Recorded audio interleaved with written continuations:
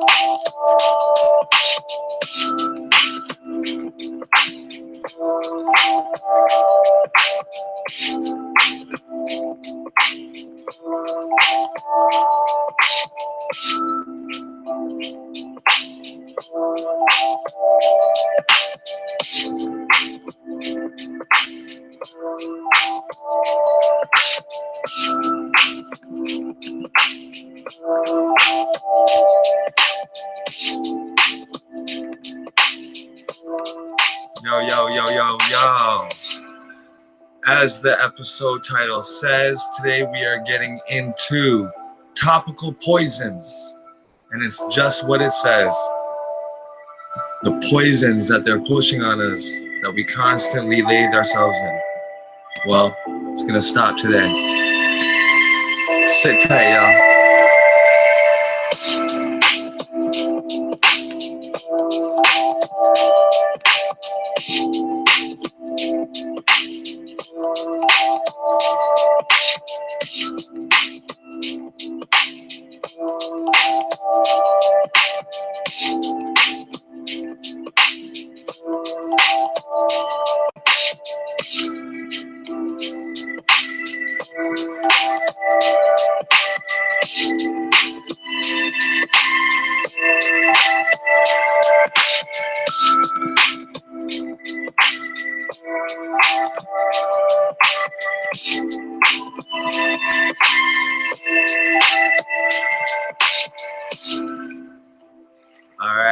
All right. What's going on, y'all? Thanks for joining me on the green screen, the green stream.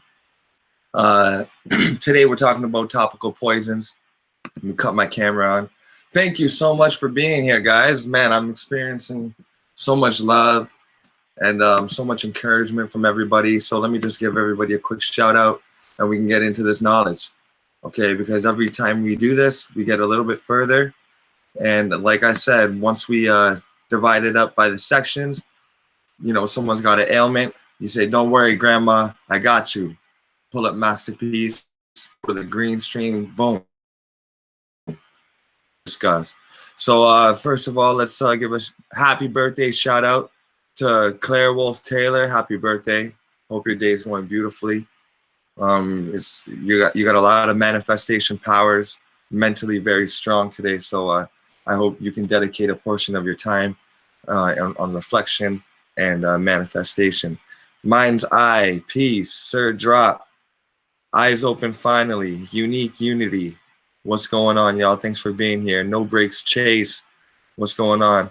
Manny, B-Boy Art, GPX, Space, or GPX Sage. Travis, what's going on, Travis? Let's see here. Naomi, Peace, KT420. Everybody, knowledge for ignorance. Hi, it's me. She Ether, Mr. Temco. Peace, Zepal Thomas. Peace, peace, peace. Peace, y'all. If I missed you, my bad. Michigan, what's going on? Glitch in the Matrix. Peace. Misael, only the wise. Much love. Okay, y'all. As it says here, we are going to get into topical poisons. If I'm coming in clear, just drop a 1 and I'll keep on continuing right now. I got everything listed out. And the reason why this is so important is because, well, let's face it. It's your largest organ, okay? The skin and what you put on your skin, thanks y'all. Thanks for dropping the 1s. The skin is the biggest organ. So we want to keep that clean. We want to keep that pristine, okay? Now, we have recapped, just to recap, we have touched on air, water, and frequency so far, okay? And first with the air, we talked about clean, negative ion rich air, getting outside, you know, high altitudes are best. Getting outside just after it rains and breathing deep through the nasal, getting all that moisture, that's a lot of negative ions as well. So that's very good. Right after it rains, get out in that. You got to get outside in that. It also helps you to relax with the fresh air. There's more nutrients in the air than anything else, and we've discussed that. So definitely nasal breathing is important. We talked about how we can try to bring the outside nature into us by getting, plants and flowers into your home, buying used or secondhand air ionizers, humidifiers with essential oils, salt lamps, nasal breathing while we sleep. Those are good ways we can try to bring the nature inside. And I say secondhand because that's how I shop. But if you can afford brand new, hey, by all means, you know, you got the warranty, everything is good. We touched on water and how distilled water for everyday use is great for pulling out heavy metals in the body and toxins while hydrating better than tap water or filtered water. If it's possible, then you want fresh, ionized, hydrogen-rich alkaline water. We've discussed that. Acidic water for your plants and for your skin, which we are going to expound on right now because the skin is slightly acidic. We talked about vibrations and frequencies and how they literally affect our health and how we can reverse any ailment with sound or frequency technology. And remember, color is frequency. So color healing, Reiki healing, tonal healing with crystal singing bowls, Tibetan bowls, all of that good stuff. We talked about how the frequencies are also mental, so you can recreate the frequency in your mind. You can recreate the Om and the solfeggio tones inside of your mind. Send positive thoughts to your water. Pray on your water. Speak nicely to your food. Because we showed that mental affirmations, even if it's not spoken, it still affects the water in your food, the molecular structure of your food. So needless to say, keep your phone far away from your baby. Far away from your baby. Ladies, keep the cell phones and laptops and iPads off of your womb and your breast. Don't keep your phones in your bra, please. Okay, that's just promoting breast cancer. Please do not keep your phones on your baby, on their stroller. You know, I've seen a lot of women walking around and they just keep their phone on their baby's lap, you know, on the blanket on their baby until it rings or whatever. That's no good. And definitely don't let your child interact with phones. If you look at the warning label, it says to keep it at least 3 inches away from your body at all times. So, and remember, the owners of these tech giants like Apple and Macintosh, they don't let their kids even have phones. Okay, men, don't keep your phones close to your reproductive areas. Okay, it's gonna. This is the way we're gonna reduce birth defects. Okay, if woman, you keep it away from your ovaries.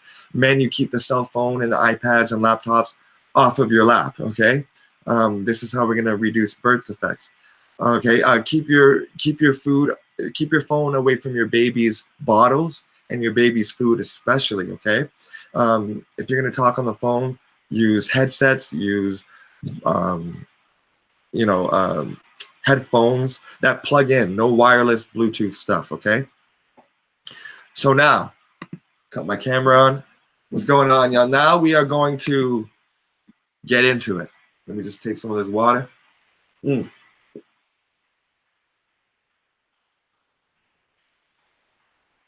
I go through like one of these a day. These 4-liter distilled waters, they're great. Okay, so let's move forward with something that often goes unchecked, okay? And that is the skincare. Oh, the skincare, the multi-billion-dollar skincare industry. Now, the skincare industry wants you to believe that somehow the outside is disconnected from the inside, okay? You never really see the advertisements of ladies, you know, taking care of themselves, getting their skin products, and also keeping their diet clean, okay? We have this huge multi-billion-dollar industry promoting, you know, topical masks and topical lotions and serums that penetrate deep into your pores, and they revitalize the layers underneath the epidermis so that when the new skin arrives, it's fresh and it's glowing, okay? These are all temporary fixes, okay? It's like putting a bandage on, okay? It's not fixing it, you're just masking it, okay? All these products that they use, and they show you that they have natural cottonseed, and they put the plant, and they have the avocado mash, and then you look onto a product, and you go and you see, oh, it's got avocado oil in it and coconut oil in it. Okay, this must be a really good shampoo or lotion. And then you pull it up and then you look at the ingredients and you notice that the coconut or the lemon oil or the lavender, it's way at the bottom. And if you know about ingredients, the first thing on the ingredient is the thing that is most abundant, okay? So they want you to believe that somehow the skin on the outside is different from the skin on the inside, not realizing the under layers of the skin that are in contact with your mucus layers, with your blood layers, and with your interior organs and your bones and your nerves, the part of your skin that's on the inside, they want you to believe that that has no real correlation to what's happening on the outside, okay? But I'm about to show you that that is hugely wrong. Because the skin, the way it works, is the bottom layers always work its way to the top. You're constantly shedding your layers of skin. So it's whatever's happening on the inside is gonna come out. If you have acne, you can do your best to wipe whatever you want on your face, but that acne is a problem that is derived from the inside, and it is now working its way to the surface and trying to squeeze its way out of you, okay? We don't realize just how much foreign matter we have building on top of and inside of our bodies that is wreaking havoc on our whole entire system.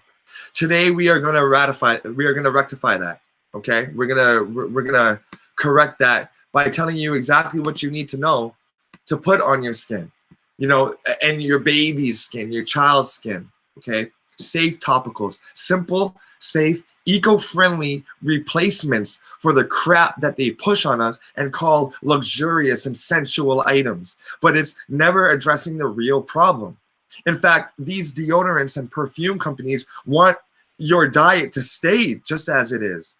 They want you to stay eating the rotting flesh and the souring milks and the other putrefying, pus encouraging, mucus building types of dairy and eggs.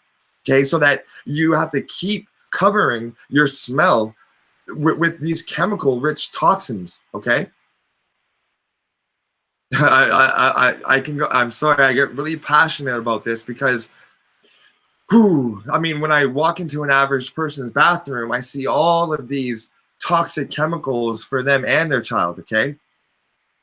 And these products are marked way up, okay, to keep you broke, okay? They keep you poor, okay? They keep you on a budget so that you can't afford the good food and the good natural products and all that, okay? Well, that cycle ends here, damn it. It ends right now, okay? Enough is enough. I can't stand Dove. I can't stand Jergens. I can't stand Irish Springs, Old Spice, whatever. Johnson & Johnson, by the way, was just called out for having asbestos and other toxic filth in their baby products, okay? For over a decade, for over 10 years, Johnson & Johnson knew that they had asbestos and other toxic chemicals in their baby lines, and they never did anything about it. Why? They say it's just it's cheaper, okay? No, but it's systematically trying to stunt our population and our growth in every faction of life, so that we are dependent on the poisonous medicines that keep us coming back. Okay. Now, before I begin, I'm gonna break here for a little shout out and see if everything is happening, if everything's smooth. Hit a 1 if everything is smooth, if everything's been going so far, or if I accidentally muted myself. Let me know. Everything seems to be going well. It looks like you guys are on board, and it looks like you guys have the same sentiments. So let's keep it kicking. Let's keep it kicking.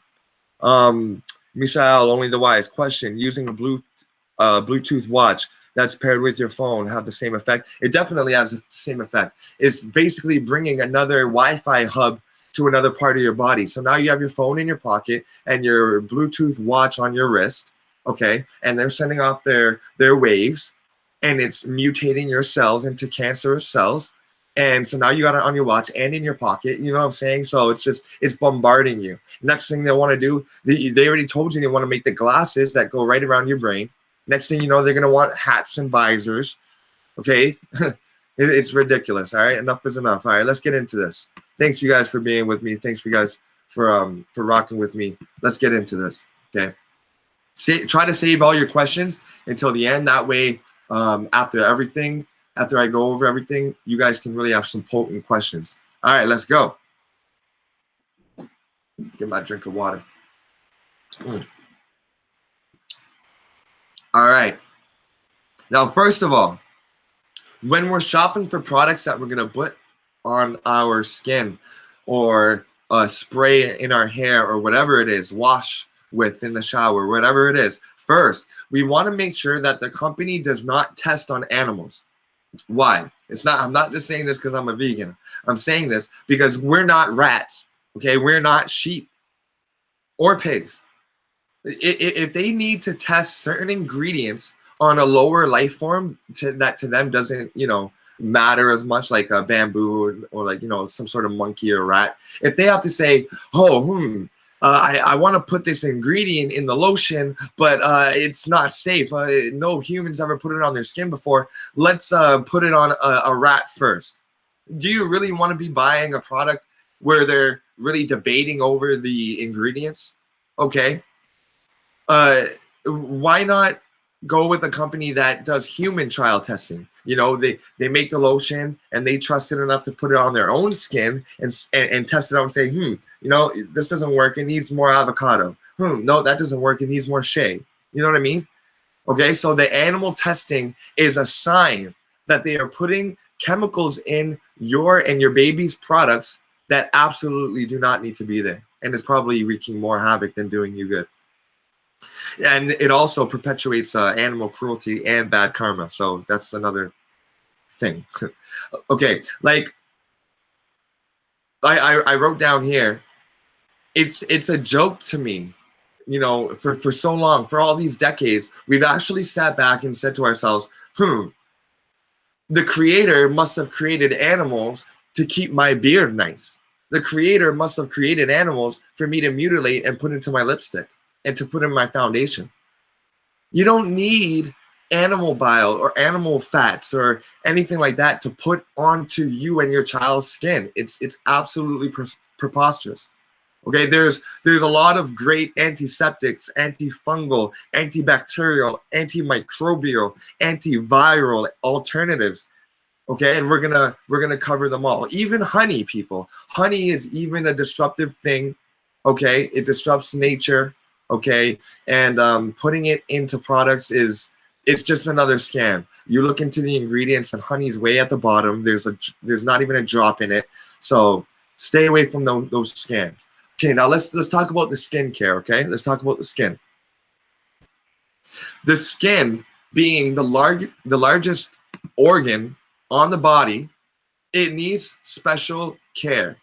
Okay, you need to get a shower filter, especially for children or for anybody suffering from any ailment. You can go to your Home Depot or your Walmart or some sort of, you know, Whole Food place and look around and ask for shower filters. Okay, that's going to remove a lot of the crap, the toxins, the filth out before it goes onto your skin and then into your body through your pores. Because in the warm shower, your skins are nice and open and ready to take in anything that they put in there.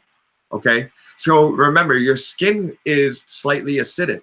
Okay, and so what you want to be doing is you don't want to be cleaning it all the time with these toxic soaps.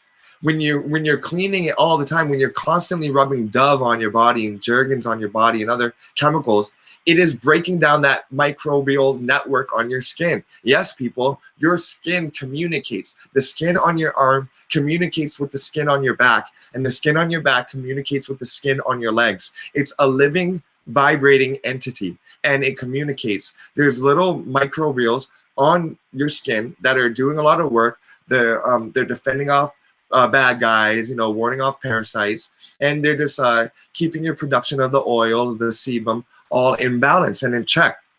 Okay, so your skin knows what it's doing and it knows what it wants to do. Okay, and let me quickly go into the skin around the eyes for everybody that loves to rub face cream on themselves, and for the ladies that like to use these eye serums. Okay, the eye. Let me cut my camera on for this. The eyes here is very thin, as you can tell, right? It's very thin. You can squeeze it. It's like paper thin. Whereas the skin by your cheeks is thicker, okay? There's a fat layer behind your skin, okay? On your arms and on your cheeks. There's a layer of fat there. And that fat buffers the toxins that is engaging the outside of that skin. So the fat and the water and the fat helps to flush the toxins into your mucous membrane and out through your urine or whatever, or your sweat, okay? But the skin around your eyes doesn't have that fat, okay? So whatever you put around your eyes or on your eyes is actually going to stay there and build up and build up. I once worked at this place where you had to know a little bit about dermatology. And we spoke to a dermatologist. He was a cosmetic dermatologist or something. So he would like operate and lift back the skin and see what's going on underneath. Anyways, he said that when he took the scalpel to underneath the eyes to relieve the baggage that woman get, the puffiness, he would notice that there's layers and layers of years and years of caked up face serums, lotions, foundations, eyeshadows, just sitting there in like layers, like beige, white, black, white, beige, dark, brown, white, black, beige, just layers under the eye because it's not being filtered out. So you're putting all this product on your face, right? And you're rubbing it in your eyes, but the skin behind it can't flush it out. So it begins to start to puff up and bag up, okay? It's like a double-edged sword. The more you care about the bags under your eyes, the more product that you use for it is actually the more it's going to promote it. So what you want to do is you want to massage it. You know, you want to put simple things like citrus oils to help break that down. And through healthier living, which we're going to go through the green streams, your body is finally going to have a chance to work on it and break it down. So nothing is permanent, people. You can even regrow your teeth. So let's get back into this. And that was a horrifying story. I mean, about the bags under the eyes being caked with lotion and other products. That was just disgusting. So that's one important thing about the skin. Okay, now lotions with simple or single ingredients are by far the best. By far the best. Okay, it's not fragrance and aluminum and dioxides and methyls and parabens and all this crap. Okay, you want to use like a simple coconut oil or a cocoa butter, cacao butter. Okay, which is chocolate. Now, cacao has a natural SPF in it. I think it's like a natural SPF of 4. I know we go to the store and we get SPF 50 and whatever for the sunblock, but the cacao actually has a natural SPF quality to block out some of those UV rays. So cacao butter is nice with that little extra added boost right there. But in my opinion, by far is oil, almond oil, okay? Almond oil, just grab it. Got it right here. I always try to bring you guys and show you guys exactly what I'm using, you know what I mean? So you're not just taking advice from someone that doesn't know what they're talking about. Okay, so what I like to use is almond oil. This specifically is sweet almond, but you can use any other almond oil. Make sure it's clean. This almond oil is great. Why almond oil in general is great is because the molecule size of almond oil is almost identical to the size of your skin's oil. Okay, so what that means is when you have a pore, right? You have a pore in your skin, a little divot. The oil molecule that's being produced out of that pore, out of that little divot, it sits right in your pore. Okay, it just sits there and it hydrates your skin because it fills in your pore. It doesn't clog your pores, and it's not too big where it sits on top of your pores. Okay, it's the perfect fit. Okay, your skin's oil size. So the almond oil, putting almond oil on, is you're gonna notice that unlike coconut oil or shea butter, it's not gonna be sitting on top of your skin. Like you see now, when I'm applying this oil now, I'm applying it on my forehead, and I bring it down and I apply it on the bridge of my nose, but I don't go to where we just talked about. Okay, I just go all around there. Okay, and you're gonna feel that almond oil just set right into your skin. Okay, it's not gonna be cakey and all greasy. Okay, so that's just one little tip right there. I really recommend almond oil. Now, women's makeup is often animal tested and have animal ingredients, which our body cannot process. Okay, our body just does not recognize animal type ingredients. Okay, animal type proteins, so on and so forth. Okay, it's also unnecessary because, as we've just stated, why put an animal into your products as if that's the way that the creator or creation intended it to be? Also, it promotes bad karma. But aside from that, try to find natural products free of aluminum and other toxins. Or better yet, leave makeup behind as much as possible, ladies. Like let your beauty come out, you know?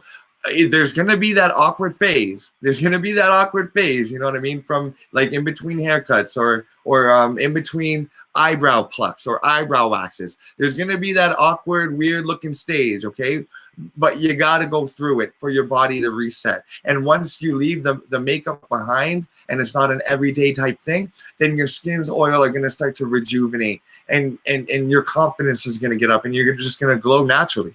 Okay, so for hair care. Woman, this is largely for women because a lot of men don't really even buy shampoo. Warm shower water opens up our pores, okay, and the scalps, okay, so that whole scalp to brain interaction, it's intensified because the pores are open. So toxic shampoos and toxic conditioners, those should be left behind. Okay, look for simple ingredients. Keep it natural. Okay, I have a plant downstairs called the tuna. Okay, it's a tuna, Tuna, like the fish, but it's a cactus. Yes, it's vegan, but it's a cactus. I brought it from Jamaica. I put it in water and I grew it here. And you open it up and it gets sudsy. Let me show you guys what the tuna looks like. Tuna cactus. Okay, now when you open up the tuna cactus, oh, that's also the prickly pear fruit. Okay, now we're not talking about the fruit, the red fruit. We're talking about the green paddle. Okay, that paddle-like leaf of the cactus. When I was in Africa, they had these everywhere, and they have them all over Jamaica. Now, when you take off the spikes and the outside green layer, there's a jelly layer inside, like aloe vera. But the thing that this does that aloe vera doesn't do is that this makes bubbles. Okay, this suds up like your normal shampoo.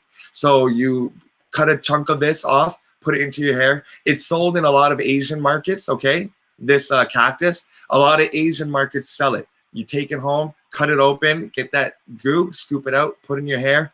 Amazing for hydration. You can also use aloe vera, or sorry, aloes and coconut oil and other things like that. Apple cider vinegar is a great tool for your scalp, ladies, for when you're in the shower, and men, if you're suffering from dandruff or whatever. Apple cider vinegar is great. It's a great pH restorer, and it's a great disinfector. So it's definitely going to treat your hair. Castor oil. Castor oil is another product that is natural, a single ingredient. Remember, you don't want the castor oil mixed with the canola oil, mixed with the parabens and the stabilizers and the methyls, whatever, okay? Just get that one ingredient, okay? Now, this is castor and rosemary. I like the rosemary because it has a heating, invigorating essence to it to get that blood flow going. You know, a lot of the nutrients all the nutrients is carried in the blood. So you want to keep your scalp massaged, and you want to keep it zingy, like with cinnamon and mint and rosemary here, to keep the nutrients feeding your follicles so that your hair can grow in nice and lush. All right, and it can also help to reverse balding.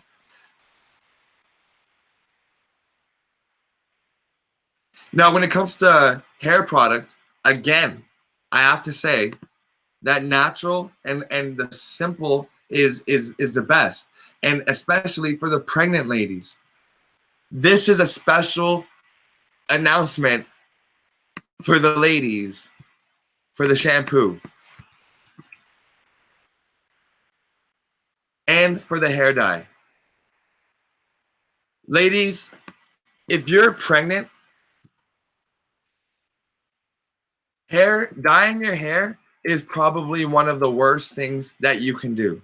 Okay, these artificial dyes go straight from your scalp into your endocrine system, and they completely damage and they wreak havoc on the brain, on the glands around the brain. Okay, your body doesn't like this. Your body gets stressed out.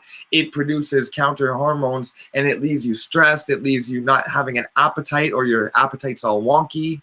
And they say, oh, come reinvigorate your hair, get a new color. Don't be happy with the hair that you've got. You know, oh, you're a redhead, become a bright redhead. Oh, you're a brunette, you know, become a embossed brunette and become noticeable from across the room and get that shine. Ladies, you know, I had a friend who was pregnant, And she's like, oh my God, I gotta go get my nails and my hair done. I'm like, whoa, whoa, whoa, whoa, whoa. You're not thinking about going to do that now, are you? Because you're pregnant. And those smells going up your nasal passageways is gonna go, it's gonna settle into your mucous membrane, and there's gonna get stuck for who knows how long, and it's gonna get into your baby's blood supply.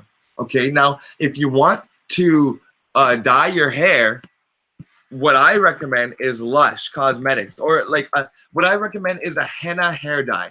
Okay, henna is a very staining. You guys know how people get those henna tattoos on their hand. That a lot of Indians get it. I think they're Hindu and Punjab. A lot of people get it, and they dye your hair.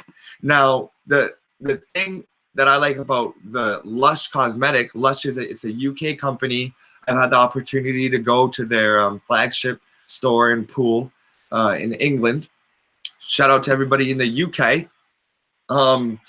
Yeah, Lush is great. This is their most simple and basic product. It's made with cacao butter, cacao mass, and with henna. That's the two ingredients. And not only does it dye your hair by staining it for like 3 months, 5 months, it really luxurifies your hair and makes it really soft with the cacao oil. Okay, so go check that out. Also, go check out other henna hair dyes, but remember, they're temporary, but they're natural. Okay, it's plant-based, but it's natural. It can get into your bloodstream. It's not going to wreak havoc. Okay, so it's a fun process. You melt it down, you put it in your hair, you leave it, say overnight or whatever. You wake up and you wash it out. It's fun to do. All right.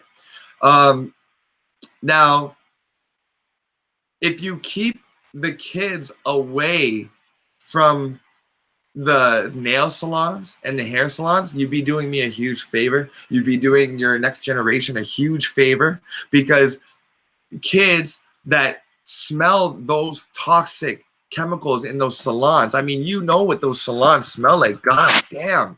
It's like you just cannot wait to get out of there. You gotta like cover up your mouth. A lot of women have grown to like that smell, which means that they're now addicted to it.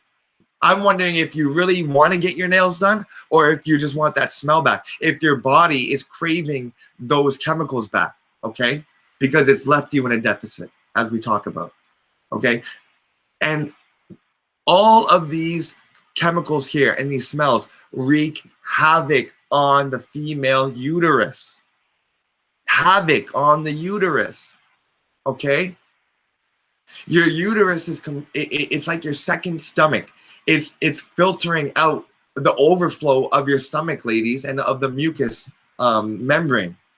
So again, we can drastically decrease birth defects and stillbirths and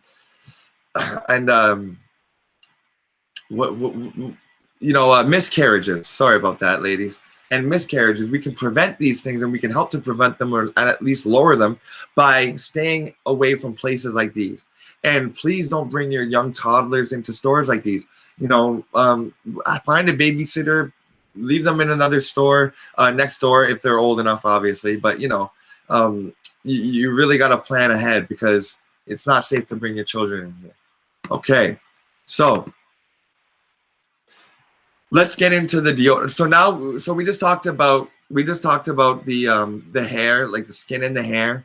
I'm gonna stop sharing. I'm gonna get into the comments right now. What's going on, y'all? We just got done the skin and the hair, and we're gonna move into other topicals. But first, I just wanted to check in and see how you guys were doing. What's going on? Okay, so I'm still good. Yes, no breaks, Chase. If your sister's pregnant, please keep them far away from the salons and stuff like that.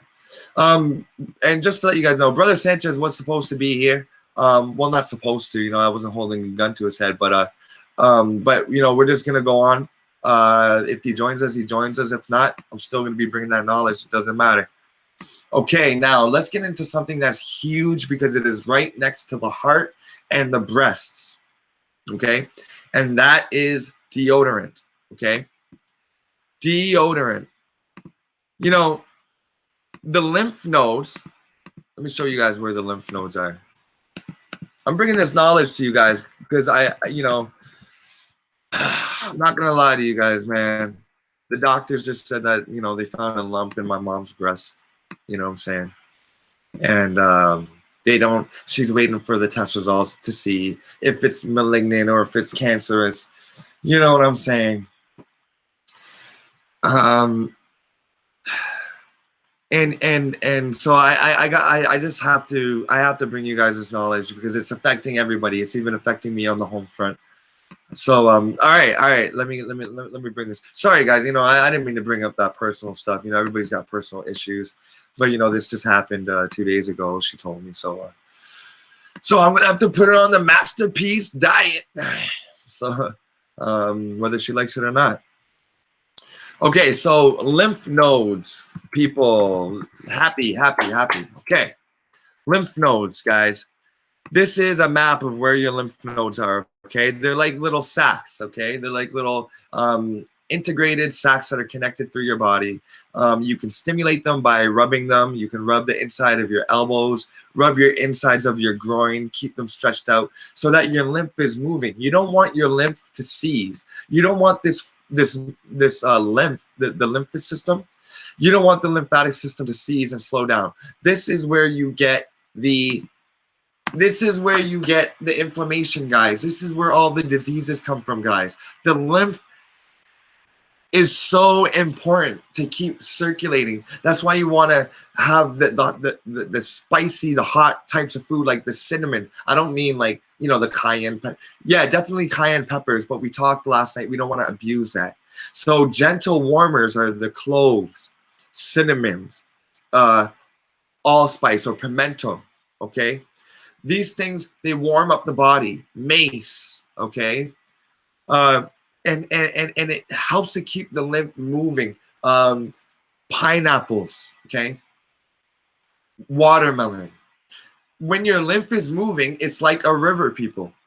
You can drink from a river or from a stream coming out the side of a mountain. I remember when I was in Alberta, I would go climbing up the mountains and there'd be these little streams coming out. I would fill up my water bottle, look into it, not a speck in it, not a speck of contamination in it that I could visibly see. And it was running straight out of the soil. Like there's branches, leaves, soil. And I just held my bottle there, clean and pure, drank it back, so invigorating and re-energizing. It was great. Okay, so that flowing water is what you want. You can't go to a pond and simply put your hand in and drink. There's too much bacteria in there. The still water is a great place for bacteria to lay their eggs and to reproduce, okay? So you want to keep your lymphatic system moving around, and you know what I mean? So I'm going to pause for a water break. Why don't you guys take a little sip of water with me? Cheers. Peace and blessings.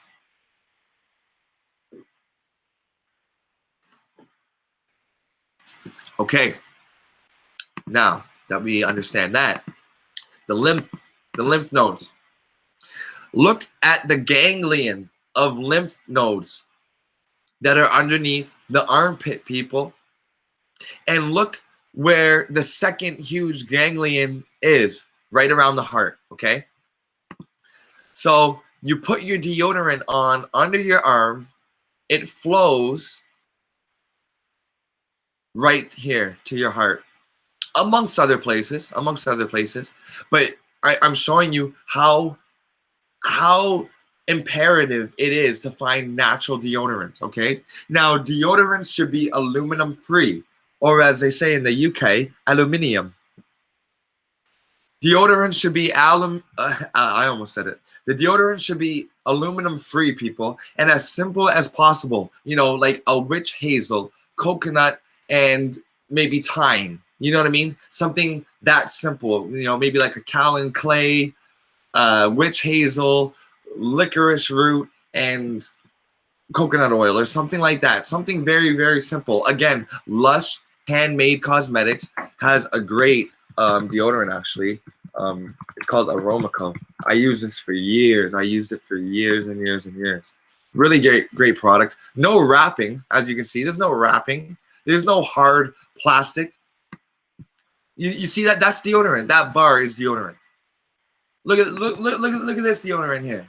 Okay, I got this as a present. Somebody bought it. You know, I took it. You know, there's water, vegetable glycerin, lemon, reishi mushroom, vetiver oil, coconut oil, stuff like that, right? Activated charcoal. So it's dark, right? It's dark. It's got that charcoal in it, right? But am I paying for the plastic? What am I paying for here?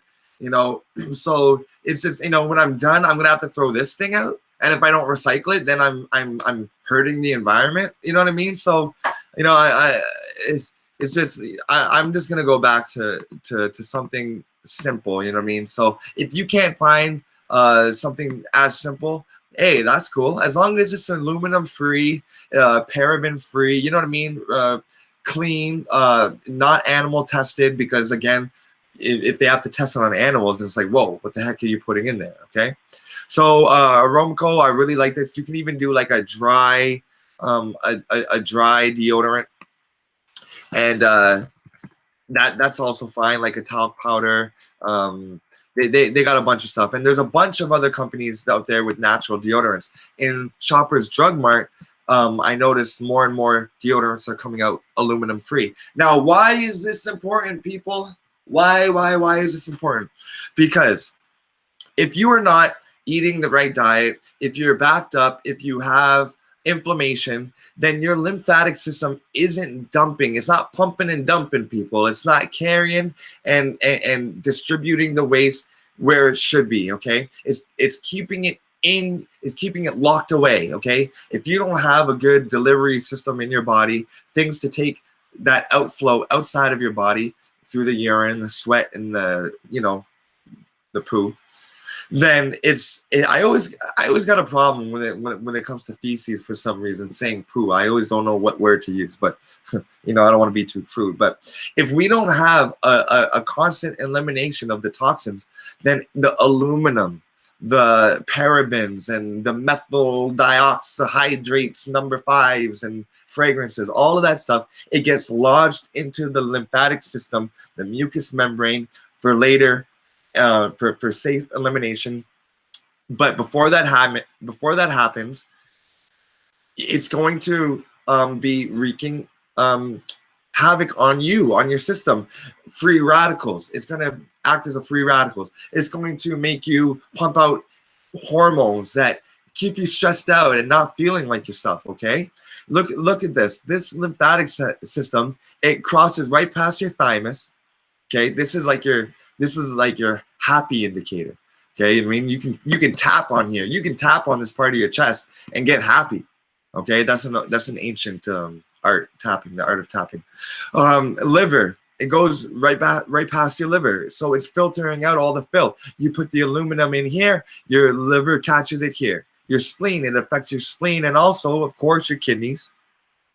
Okay, and ladies, look where this is, the ovaries. The aluminum that you put in under your arms is going straight to your ovaries. Ladies, please, we can do better. And this is why you're here, because we are going to do better. And you know what? The people that are watching this is going to be their own personal Jesus Christ, Savior and Messiah to their own family. Of course, I don't go along with that story. I'm not religious in that sense. You know what I'm saying? You are going to be the light. You are going to be the one that is leading. Do this with yourself. It's 8 o'clock. Do this with yourself, and they will follow. They're going to see how much better you get, even if you have to force it. Next birthday, buy them a natural deodorant. Next birthday, buy them a natural shampoo. They're going to use it. They're going to love it, okay? You know, and even if they don't, let them know it's doing their body good, especially if they have ailments or children, okay? Now let's talk about the real deodorant, people. The real deodorant. And I'm going to cut my camera on for this. Let's talk about what deodorant is really, and what is the cause of all this, of all these bad smells in our body. I'll tell you.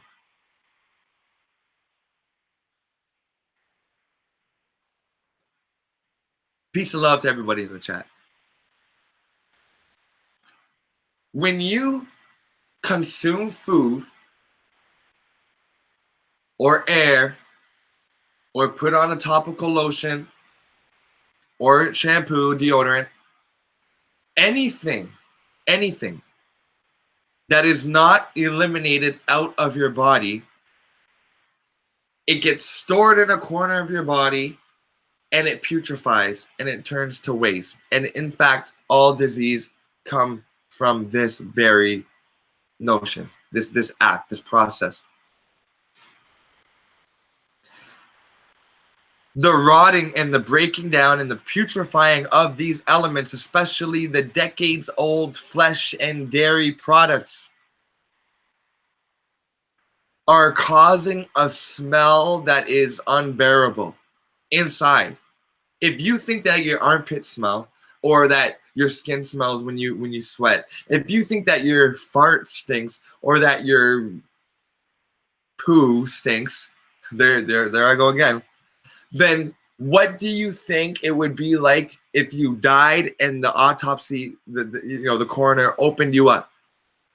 He would open you up, and well, he is used to it by now. But if you were in the room and opening up a body for the first time, you would say, "Oh my God, you might puke." It's so bad. The worse your smells are, the worse it's in here. Come on, that's obvious, right? You go to somebody's house and you go to their kitchen, and you have a garbage. Where's the garbage? Oh, it's underneath the sink. Okay, then you open the sink. Oof, and you get hit in the face with that stink. Then you know that they're keeping it very dirty down there. There's probably little bits of chicken and fish and onion back there, that didn't make it in the garbage, and it's like rotting on the walls, and it's getting hard and solidifying on the walls. And they probably got old eggs in the garbage and meat from the night before, and it's just sitting there, and you say, "God damn." But you could go to somebody else's garbage underneath the sink, and you open it, and it's a pleasant smell, even if the garbage is full. Okay, it's how you keep. It's how are you keeping that area? Are you having that constant shipping of in and out, or are you having like cake up, build up on the walls, making your whole garbage stink? It's the same. It's the same premise, people. Inside of your body, if you don't eat rice, lentils, pasta, and chicken, and if you don't poo out the rice, pasta, lentils, and chicken in the same net weight that you took in, then there's something that is stuck inside of you, and there's something that is putrefying and getting old. So that is the source of the bad smell, the bad odor, the BO. Now, how can we get rid of it? By continuously eating food that our body recognizes, like lettuces, apples, stuff like that. Not over-processed food, high fried foods, high oleic and fried foods like fries and chicken wings. These foods, obviously, when they break down, they have nothing to give. They have nothing to give you. They have no oxygen. It's the green. Listen close. Come close. It's the green leafy vegetables and the fruits that deodorize your body.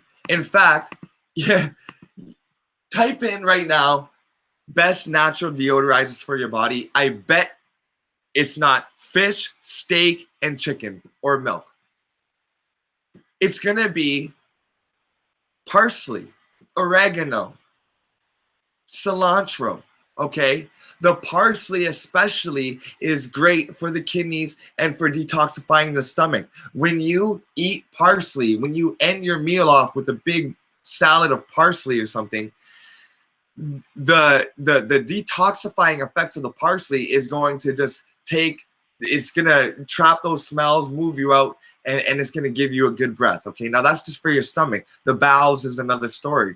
But if you're keeping those high oxygen foods so that your inside of your body can breathe and air out, well, then you're not going to stink. Think about it, people. Think about it, okay?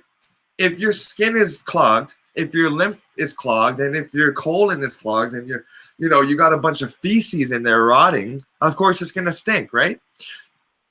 But if you detox and you cleanse your body, and then after you give your body like citrus fruits that keep that keep your body clean, free of mucus and pus, and green leafy vegetables that are full of air, then what you're essentially doing is you're opening your window of your body, right?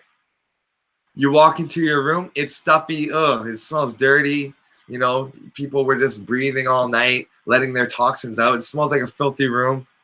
You open up that window, you let the fresh air in to neutralize the odors and to bring those bad odors out. So by keeping your skin clean and the pores open, by keeping the insides full of green leafy oxygen-rich vegetables, it's like you're it's like you're eating air and you're giving your body a breeze. And with your open pores, the bad smells just leave, okay? So our natural deodorant is green leafy vegetables and fruits, okay? The fruits have a chemically cleansing effect, like when you put lemon on fat or oil, okay? It has a magical effect in that kind of sense. So we got to get off of the notion that if you want something on the outside to be healthy and nice, that all you have to do is treat the outside. No, it all stems from the inside, okay? Now let's move on, okay? Because we've exhausted that, okay? Deodorant, natural deodorant, smelling. We have to remember that we produce pheromones, right? These pheromones are picked up by the opposite sex, and, you know, it tells them whether or not they're attracted to them or whatnot, right? So we want our natural smell. We want our natural pheromones to be being perspired out of our skin. Okay, it's the problem is that while that's happening, it's taking the smell of the putrefying steak and the chicken wings and the chicken liver and the chicken veins and the chicken cartilage and the dairy and the antibiotics from the dairy. You know what I mean? It's just all nonsense, and that's what you're really smelling. If you were to eat for the next month kale and apples, just kale and apples, along with your water, then you would notice a huge difference in the smell of your poo, your farts. And if you have a spouse or friends, they would say, hey, man, you smell a lot better. My word. All right. Now, let's move on to kitchen care, because this is probably one of the biggest things. This is something that had me ready to leave the area that I was living in when I first had my baby. You know, when I moved back home when I had my child, right? For security and for the family love, you know, to have that safety net of you know, of the nana watching her and the papa watching her and the grandpa watching her and the cousins watching. You know what I mean? We moved back in here to have that kind of safety net. And I said, yo, we have to change the cleaning products at home because they're so toxic and I don't want to expose my baby to that. And of course, they're older, from the old school generation. They didn't really get it. They didn't get it. Hey, I grew up on Vim. I grew up on bleach. I grew up with CLR. What's the big deal, right? I'm fine. Are you? Are you really fine? You know what I mean? And obviously, I told you guys just now that, you know, the doctor found a lump in my mom's, you know, breast. So, you know, you go back in time when my mom says, you know, I'm fine, I use these, you know, are you really? Because now, skip ahead to the future, you know, these things are coming up, you know. So, let's talk about cleaning products. Clorox and their sneaky ways. Now, I'm sure that because of the I'm sure the audience that I'm talking to, you have heard of Greenworks. Okay, go green, get Greenworks. But what is that in the corner? Clorox, okay? These are the makers of bleach and other chemicals. And bleach, of course, was invented in the World War II or World War I, one of them, for the enemy. Whereas hydrogen peroxide was created by the Allies for the Allies. Now, that's a story that they tell us. I'm not sure if I really agree with that. But that's just the story that you could tell people, and it basically paints a picture that, hey, look, bleach was made for the enemies. Hydrogen peroxide was discovered in trying to cure the allies. Now, hydrogen peroxide comes in a variety of different strengths, okay? But, you know, you can get hydrogen peroxide that burns your hand clean off, okay? You don't want that. You want to go to the store and get some food-grade hydrogen peroxide, and you want to mix this in with the water. You know, I would recommend having this in a spray bottle, spraying your counter with it, and then wiping it away. Wiping it away. It's just that easy. It's hydrogen, water, peroxide, which is 2 oxygen. So hydrogen and oxygen. That's all you're using. You don't have to fall for the bullshit here. Basically, green works. Green works. See how they play with you? Oh, it's green. It must be good because it's green. No. Okay, so what I recommend people out there is Better Life. Actually, for cleaning products, I would recommend anything that, you know, you can make yourself, you know, with water, a vinegar, and say, you know, essential oil of neroli or orange or whatever, okay? Here is a product that I personally use. I ordered it off of Amazon. They come within like 2 days. They ship like in 2 days. And you might have seen them on the Shark Tank. Okay, yeah, promo. You might have seen them on the Shark Tank, okay? I don't get anything for this, obviously. It's not that kind of company. But here it shows you, they say that, let's see here. A product with a, actually, you know what? I have it on my own, I got it on my own channel. Okay, you come to my channel here. You go to the videos, and it's basically talking about the veganism here, but I'm using it to show you guys why, basically why veganism is a lot safer, because you don't have to sterilize in your kitchen. That's one thing, people. Let me cut my camera on for this, and we're gonna continue after we get off of this. Let me cut my camera on. When you cook with chicken, you're putting your whole family at risk of salmonella cross-contamination, okay? The whole family's at risk of it, okay? When you use beef, fish, chicken, it doesn't matter what it is, there's bacteria, hookworms, ringworms, tapeworms, listeria, all of these crazy things that are in the flesh and the blood that you just cooked and put onto your counter. And if you have a cutting board, those little microscopic filth and bacteria and sediments is actually hiding underneath in the fibers of the cutting board, underneath the plastic, in between the wood grains. So it's just disgusting, and it's also very unhygienic, you know what I mean, to be cooking in that environment, knowing that your child, you know, can contract that, you know what I mean. You don't want that. So like, for example, I do juices. I make fresh pressed juices, and I want to be vegan certified, and I can't be cooking in a kitchen that also has chicken in it to be vegan certified, okay? So so that's why I had to move kitchens. I'm now in a vegan kitchen to help with the certification. Okay, now here I got it. I'm gonna load it up here.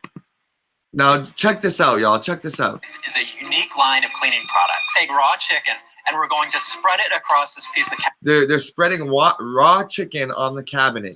Most of you guys probably already saw this. They spread raw chicken onto the cabinet, okay? And he says that anything under, he puts it into this reader, and he says that anything over a 200 reading is a dirty surface. The chicken brings it up to an 8,840 point reading. Remember, anything over 200 is dirty, okay? He rubs the chicken on, it's 8,000 plus. That shows that it is an extremely dirty surface, okay? Now he takes your leading commercial brand cleanser, and he gets a number of 400, okay? Now Yeah, I put this disgusted because she's disgusted at that. We do this every day. We cut chicken on our countertop with the knives, and then we spray it with the Lysol, thinking that that's okay. But obviously, as you can see, the reading is still around a 400. Okay, that's 200 points over a dirty surface. Now he continues to spray his company's Better Life product, and it comes up to 44. Okay, 44. Right there, 44. Okay, when I saw this, I said, oh snap, I gotta get this product. So I hopped on Amazon and I got the product. It came 2 days later. Okay, it was great. I think it's like 12 bucks Canadian. Okay, and I said to my mom and my dad, I said this to my brothers, I said this to my cousins, I said this to my aunties and uncles. I said, yo, if you're cooking with meat, make sure that this spray, this Better Life spray, is the last thing that touches. If you have a cutting board, if you take it out of the dishwasher, whatever, spray the Better Life. This is going to provide a lot more health to you and your family. I mean, can you believe that? A dirty surface is 200. They sprayed it with the national leading brand, and it came to 400. Now, how many of you guys at home have the national leading brand? I doubt it. Okay, I doubt many of us have the national leading brands. We go to those knockoff brands. Okay, it's cheaper. Okay, so, and a lot of people sometimes like us, we water it down. It's getting low. Oh, water it down, fill it back up with water, and keep on spraying. Okay, it saves money. I'm from the hood. I get it. But what you're doing is you're actually leaving yourself with a dirty home. Okay, so that Better Life is a great product. I mean, I just feel better. I feel better. Okay, I feel better using it. Now, the perfumes and the scents that they put in these, the fragrances, they're so concentrated in order to hide what's really going on. Okay, to hide the real chemicals. If you were to get a Lysol and smelled what it's like without the fragrances, you'd say hell to the no. Okay, but you do it anyway, and you wipe your baby toys in it, and the baby puts their mouth on it, and you wipe your toilets around it, and you sit on it. You know, it's madness, people. Okay, the Better Life is a great company, but you can also make your own. You can make your own DIY cleansers. Okay, but I'm not saying that it's going to be as good as the product that we just saw. DIY cleansers, look it up. It's simple, fast. Here they have cleansers. DIY kitchen cleansers. It's fast, it's quick, so you can find out a wealth of information there. Hope you guys are enjoying this because we are moving on. We are getting off of that topic. I went over how these chemicals will get stuck into your lymph nodes, and they will wreak havoc on your brain and on your whole hormonal system. So just keep it clean, guys. Keep it clean, especially if you have children. Natural essential oils, they work just as good. Okay. Now let's talk about perfumes and colognes. This is a multi-billion-dollar company, and you see all the ads. It's usually they say one or two things. Show her you love her. Eternity. You know, all those ads. Be yourself, Chanel. Be the true you. 72 creative perfume. You know what I mean? It's ridiculous at how it works. You know, eternity. Be the man you want to be by spraying something on you. It's bullshit. Now I'll tell you a story, guys. In places like Italy, Greece, the men there will work all day out in the fields, all day at their jobs, and then they'll go hit the club. And in between that, they won't shower, and they'll still pull women. How does that happen? Well, I'll tell you how. What's going on, bro Sanchez? I'm gonna introduce bro Sanchez in just 1 minute. Let me tell you how that happens. How you could be working all day and sweating at your job, go home, put some essential oils on your body, and go to the club and pull a woman. Your pheromones, okay, when you're working, your pheromones are being pushed out, okay? Your natural scent. And it's keeping your skin hydrated, okay? When you go home and you put on a rose oil and a rosemary, and you get your jasmine and lavender and clove oil, and you put it together and you rub it on yourself, your pheromones are now acting in tandem with the rosemary and the rosehip oils and the lavender oils, and you go to a club and the woman, they just their senses go crazy because you got all these natural pheromones of the day working, like you've been, you know, having sex or something like that. And, you know, men, we're thinking about that all the time. So we're always releasing these endorphins and these pheromones. And then you put that with a rose oil or a lavender, something that also women like, that floral scent, and you're just the bee's knees at that point. You're literally irresistible at that point. Okay? So I say that to say this. When we're talking about perfumes and scents, what we're doing is essentially we're trying to mask our inner filth, right? But you don't have to do that with chemicals that are marked up to $200. All you need is essential oils to make your skin smell pleasant, to turn the oils that you're naturally producing anyway, and to attach them onto a rose oil, you know what I mean, or a lavender oil. And so you still have that confidence to go out in public, you know, to go to a party or whatever. And obviously we're going to be showering, right? So you go shower, but you don't need to be spending all this money on this gimmicks, okay, that's marked up. And let me tell you something about perfumes and colognes before I get off the topic and bring Bro Sanchez in. There's a certain ingredient that is here it is right here, that funds the whole, it drives the whole industry, okay? And this is whale bile. It's what you call whale bile. A lot of times a cow, a whale will cough up this type of bile that is rich in fats and oils and pheromones and all that, and they'll turn it into a spray. If you were to walk on the beach and you found this clump of whale bile on the beach, you would be a millionaire.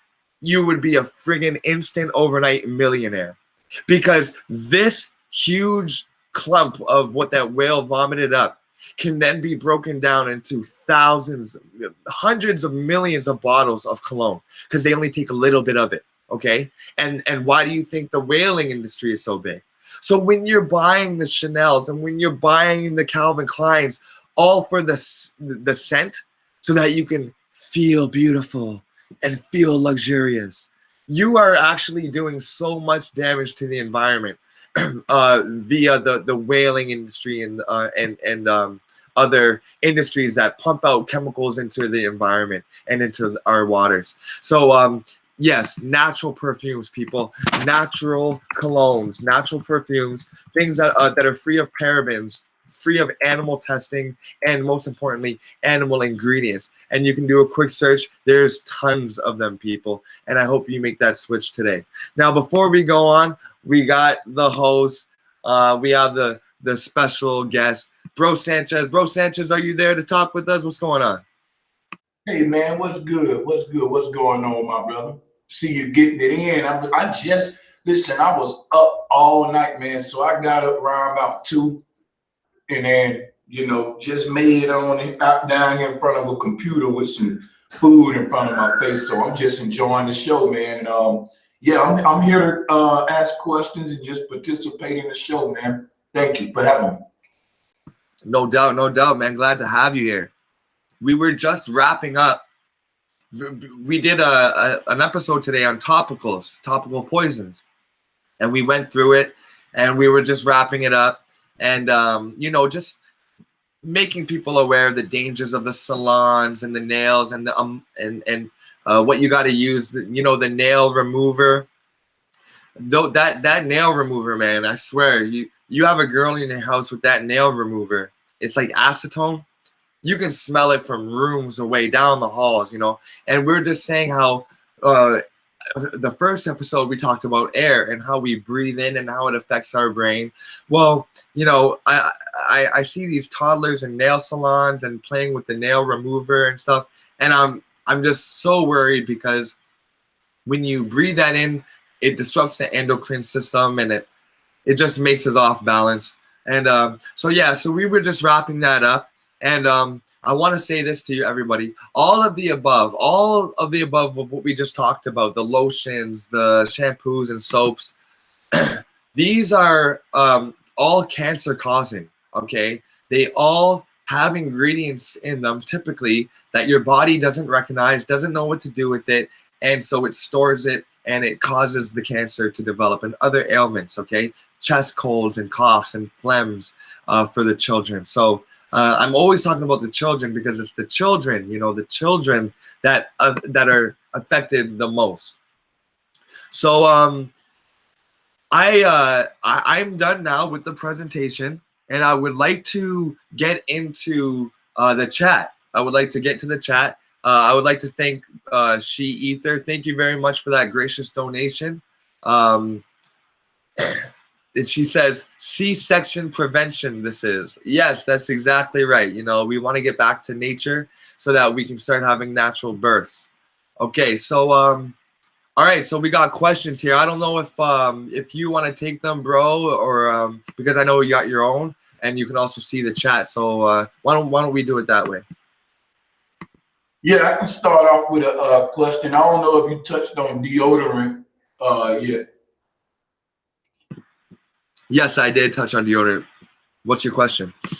Okay, like natural ways to deodorize your armpits because that's the main thing. You know, a lot of folks that's waking up, you know, I don't see a lot of too much spraying on heavy cologne. Some of them is, but no matter how conscious we get, I know people still rolling on Degree and Speed Stick. And I haven't used deodorant in over 2 years because I had some spray on deodorant and I used it and I got an infection from it and I couldn't even lift my arms. My armpits was swelled up like grapefruits. I couldn't even close my arms or lift them. I was walking around like Jesus Christ, man. It was sore up under my arms for like 2 weeks, and they had to put me, you know, they were just telling me to stay away from whatever deodorant that was I used. And I wonder why everybody don't have that reaction, you know what I'm saying? Yeah, yeah, we went over deodorants and all the crap that they put into it. You're not the first person that I've heard that's gone through that. I just didn't know that you actually gone through that. Yeah, we went over that. Simple ingredients, things like coconut oil and witch hazel and you know, licorice root. These are great deodorizers. But what we actually did, bro, is we went into how to naturally deodorize yourself, because we talked about how the inside of us is like a garbage heap and it's just stinking. It's coming through the pores, and we have to eliminate that with fruits, because the fruits, they break down the chemicals and the pus and the mucus, and the green leafy vegetables, they have so much oxygen in it, you know, from the chlorophyll and all that. They have so much oxygen in it that it helps to, it's like opening a window for our body. We bring in that breeze, okay, and it helps to eliminate the odor. So a real like odorless diet would be fruits and green leafy vegetables, and that way we don't ever have to have bad breath or armpit stink. So just on another question, do you do associate bad odor to maybe bad habits? Because a lot of folks say that if you living right, I even hear nature boys say this, but I hear a lot of folks say when you living right, the body don't even give off any type of odors. Well, everything is subjective. Like your smell may be more pleasing to somebody else's nose, but that is correct. The more natural that we eat vegetables, kale with chards and dandelion all day, and parsley all day, and with like citrus fruits to keep us detoxified, and to keep that mucus down. Then there's nothing to smell. There's nothing to get rotting and give off a bad smell. Like my garbage, I know when somebody in this house has made chicken. Like if I go out and they make the chicken and eat it up and they eat it all, and I come home, I know that they made chicken because of the garbage. It stinks. I change the garbage and I say, oh my God, like this isn't my garbage.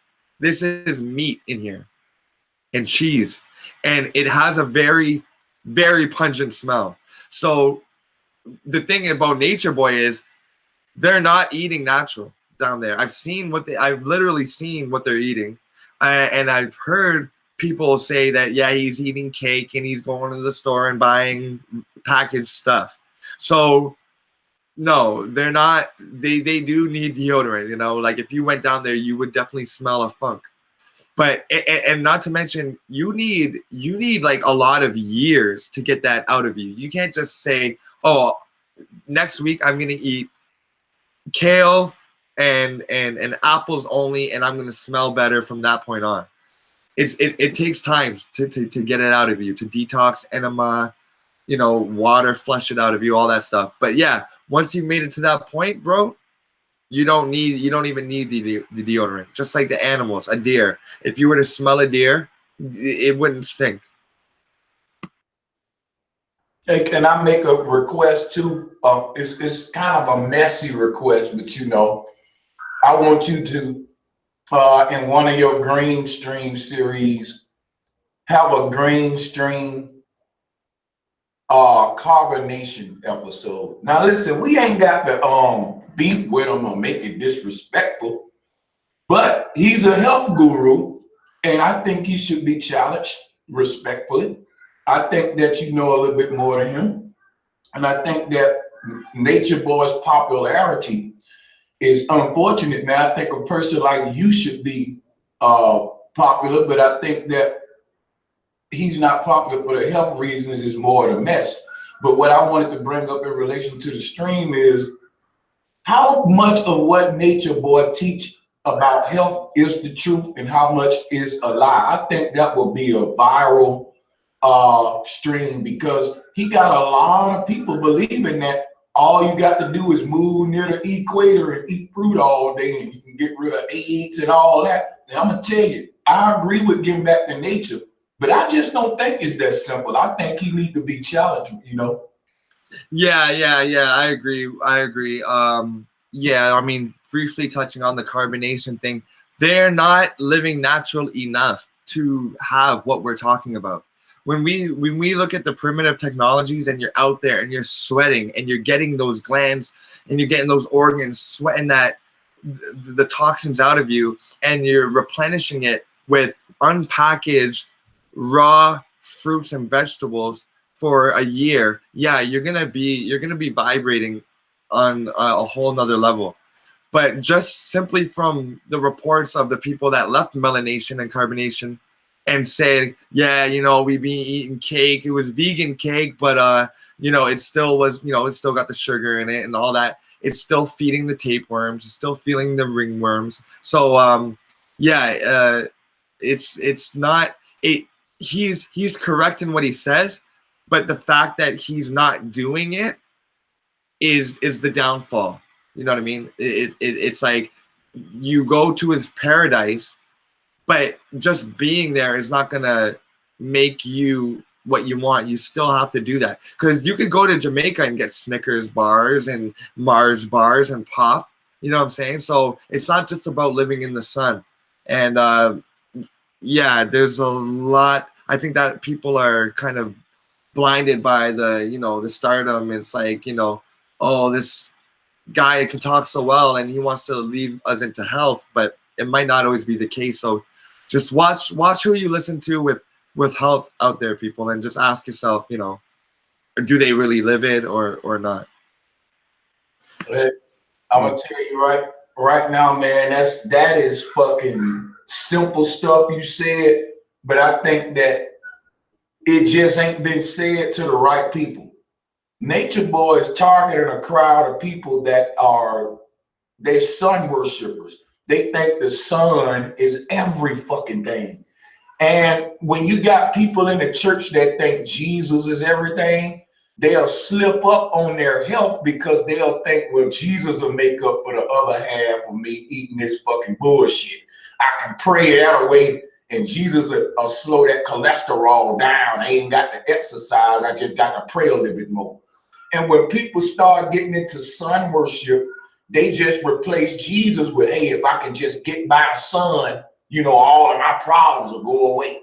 You know what I'm saying? Like, bro, we got to attack that because it's so many motherfuckers, man. Oh, I got to move, man, to the equator. I got to move by it. And then you try to argue with them and they go to calling your names and, man, what you hate the sun. Like, dude, the sun is beautiful. It's great. But what I need you for, Masterpiece, what's the benefits of the sun and what it can and can't do? Because if you ask some of these folks, the sun just will make you a millionaire, you know, but health-wise, you know, not exaggerating like the sun worshipers. What exactly do we benefit from the sun and what are some of the popular shit that you need to debunk that you hear from these communities about, you know, how the sun will get rid of your diabetes in one day and shit, you know? I'm just messing with you. Yeah, no, the sun, it has amazing benefits. I mean, obviously, it helps to protect the production of the vitamin D3, and it helps your stress levels. It helps you be happy. So the serotonin and the L-dopa, which creates the dopamine, is going to make you feel happy. You're going to make better decisions, especially with food. Your bones are going to be stronger because of the sunlight. The microbial network on our skin is going to be fed and, you know, warmed up with the sun, so they're going to be communicating better. Your hair, everything happens better with the sun, with sunlight. It's true. When you clean your skin and you keep your pores very like mesh, like, you know, like a sieve, like a strainer, so that the air can come in and the toxins can go out and the sunlight can come in, then you're basically making yourself more hollow, more translucent. When you clean out your bowels, more sunlight can come in. The sunlight doesn't stop at your skin. It penetrates right through you. Okay? The sunlight penetrates through the bricks of your house. Very, very little bits, very, very little trace amounts. You wouldn't be able to tell, but it's still getting there. So the sunlight is very important, but the like the importance of that they stress on it, like we need to be in the sun in order to be healthy, or you need to move down here into the sun before you could really change the health aspects of your life. It's not so. There's, you know, we've been living in these climates for a while now, and you know, we have people that are living to ripe old ages. So yeah, the sun worship thing is gotten a little out of hand. A lot of people in the Black conscious community say that the sun is heating up and it actually hates white people, so they're burning up. But then I go to Africa and I see newborn white kids just like living in, you know what I mean, like living it up, like living good, going to the beach, running around. They don't got the skin cream on, you know what I mean? So yeah, the sun is it's a component. The moon is a component. The air and the water is a component. We need it all. And here on this channel, we're not sun worshipers here, and we're not water worshipers or air worshipers. We're life worshipers, and we know that everything is life, and everything is an extension of and a contributor to life. So as long as you're getting the air, the water, the sun, you know, you're good. Don't place a stress on one too high over any other. Quickly, I just wanted to make a shout out to some super chat. Rafael Sanchez, you're a blessing, Masterpiece. Thank you for that. I really appreciate that. And also to, I think it's Lady Mind's Eye. She says, I went through that too, Sam. So thank you guys very much. I appreciate that. I see a lot of good things in the comments, like dry brushing, which is a technique where you have you ever heard of dry brushing your skin, bro? Never ever heard of dry brushing. Never heard of. So it's we were talking about how by removing the dead layer of skin, you can let more air and sun in and relieve more toxins out by keeping your skin clean.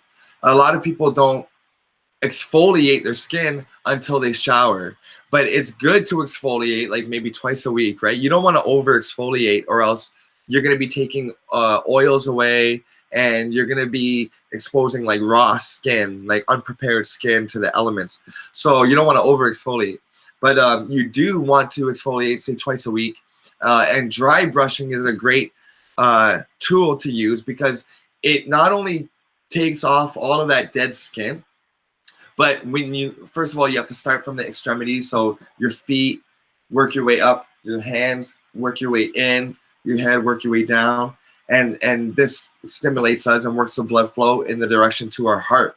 That's all, like, kind of, you know what I mean? But the real great benefits is the stimulation of the rubbing the back and forth with the bristles, and the releasing of the dead skin is going to make our skin glow. It's going to help us detoxify, and it's going to keep our circulation in check, which is one of the most important things, because if your circulation is not circulating, then, and it's stagnating, then you're going to get cold fingers quickly. The nutrients aren't going to reach your head, and you're going to bald quicker, and you might get acne and stuff like that. But a lot of that can be solved with dry brushing. Hey, that's good to know. That's kind of like, so you brushing the whole body, basically, and how often would you want to do that? I would say like exfoliating in general, like twice a week. As I said, you want the natural oils to build up, and you don't want to disturb the microbial network on your skin either. That's communicating with each other. So if you exfoliate, like I have a loofah or like a rag when I'm on the run, and I put my soap in that, and I scrub. But other times during the week, I'll just wet my body, and maybe I'll take like some essential oils and rub it on my body, or I'll just take the soap, like a natural soap that's made with like coconut and essential oils, and rub that on my body. No rag, no exfoliation. And then I might dry brush. I might be changing my clothes, not planning to shower. Maybe I showered last night, but I'll just dry brush. You just dry brush your body. You dry brush and get it all, shake up all that dead skin and get reinvigorated, get the circulation. So I wouldn't say more than 2 or 3 times a week. I wouldn't exfoliate more than 2 or 3 times a week. That's what's up. Hey, shout out to Vegan Warrior, man. Yeah, shout out Vegan Warrior. I see you in the chat, man. Peace. Thanks for riding with us. Anybody in the chat room got any questions? Something else said, what type of brush do we want to use when we dry brush? There's a lot of synthetic brushes out there. You want to get one that's pretty rough to the touch. That way you can have it for a long time. If you buy one that's soft, then you're gonna use it and it's just gonna get even softer, right? So you get a pretty rough brush. You can get a vegan brush. It doesn't have to be pony hair.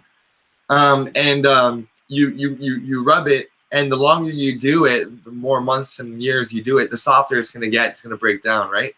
Or if it's too sensitive, then if it's too sharp, you could kind of work it in a little bit. But remember, that sensitivity is because you probably haven't done it before, in the open air. So, just try to work with it. Be gentle. And you might see yourself leaving like red marks if you go too hard.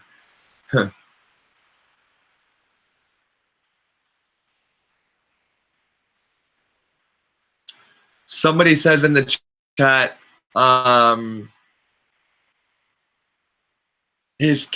their cat, mine's eye, peace. What's going on? My cat won't eat meat, cat food. But physical dead meat. Okay, so yeah, so that's another thing. A lot of animals are just eating the stuff. A lot of them just give their dog like chicken necks and stuff like that. They don't cook it up. Mind's Eye, thank you for that donation. I wish I could give y'all one of these smoothies. I would love to try that, man. Smoothies is like my life. I wake up to smoothies. I love it. Yeah, bro. So we're talking about chemicals on the skin. What's it like at your house, if you don't mind? I mean, is it did the kids and did your girl and yourself got a lot of products and stuff like that, or? Yeah, that's a good thing. We don't have a lot. We don't do the colognes and perfumes and shit. And I'm glad you asked that. When I had my family members staying here, my brother, man, I know cats that spray that shit. So, dude, they spray like crazy. That shit be so loud you can't even bear it, man. It's like when you inhale it, it go up in your throat, like you can taste it. And it's, oh man, if you eat something after it, your food gonna be seasoned with that shit. But on a real talk though, yeah, the biggest thing we may have in the house is baby lotion. Yeah.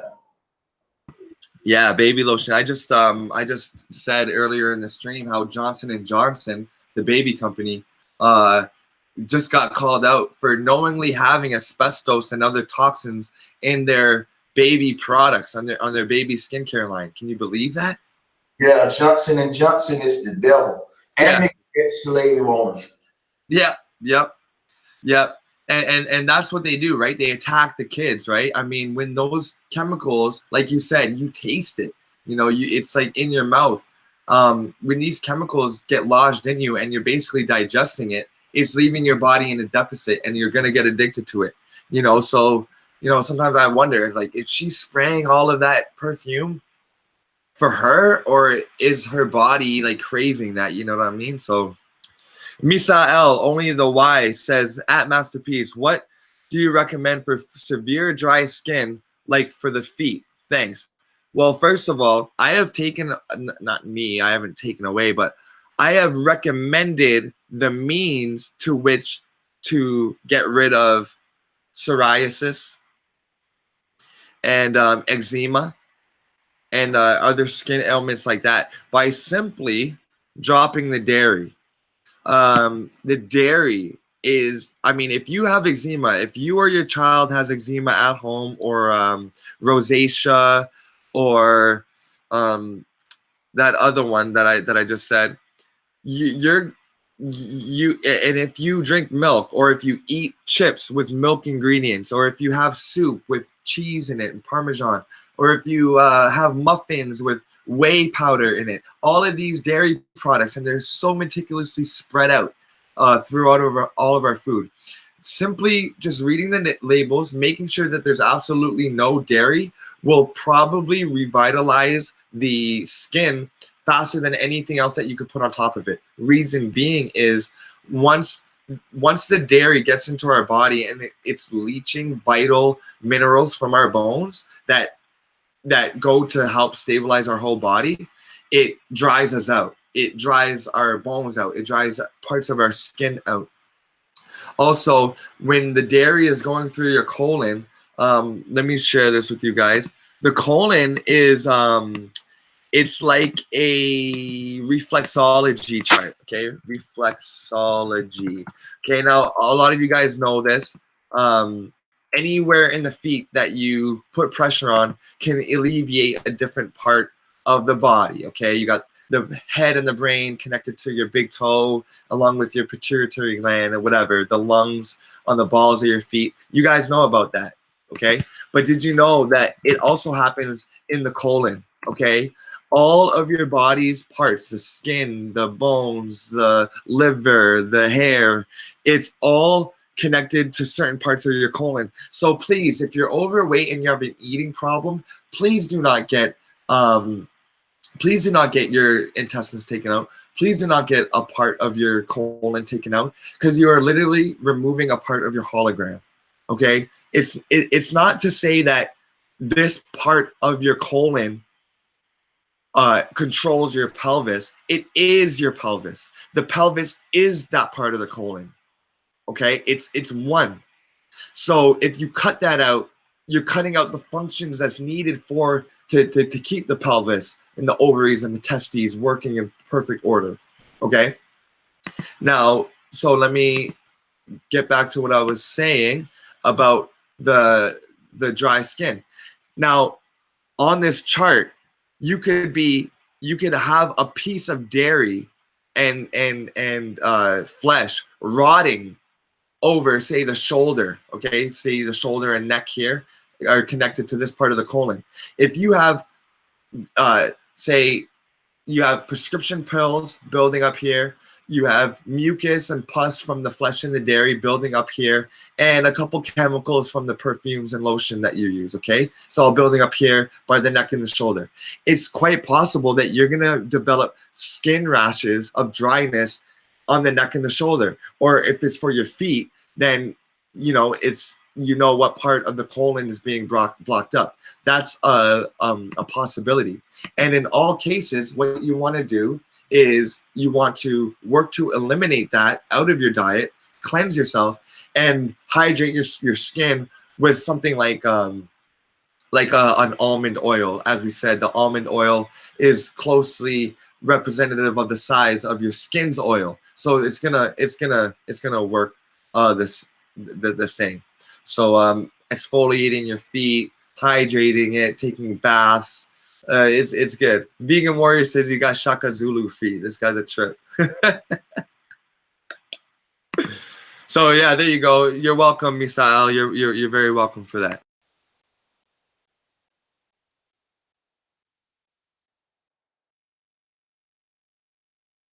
Yeah, man. I'm sorry I couldn't make this one from the jump too. I just wanted to go and apologize for being hella late today, man. I don't even think I'm gonna probably go live today. I'm editing videos and shit, so But yeah, I'm glad to see you consistent with it, man, and it's been a good one. Yeah, this build has been very great. Let me cut my camera on. This build has been very great. It seems like oh snap.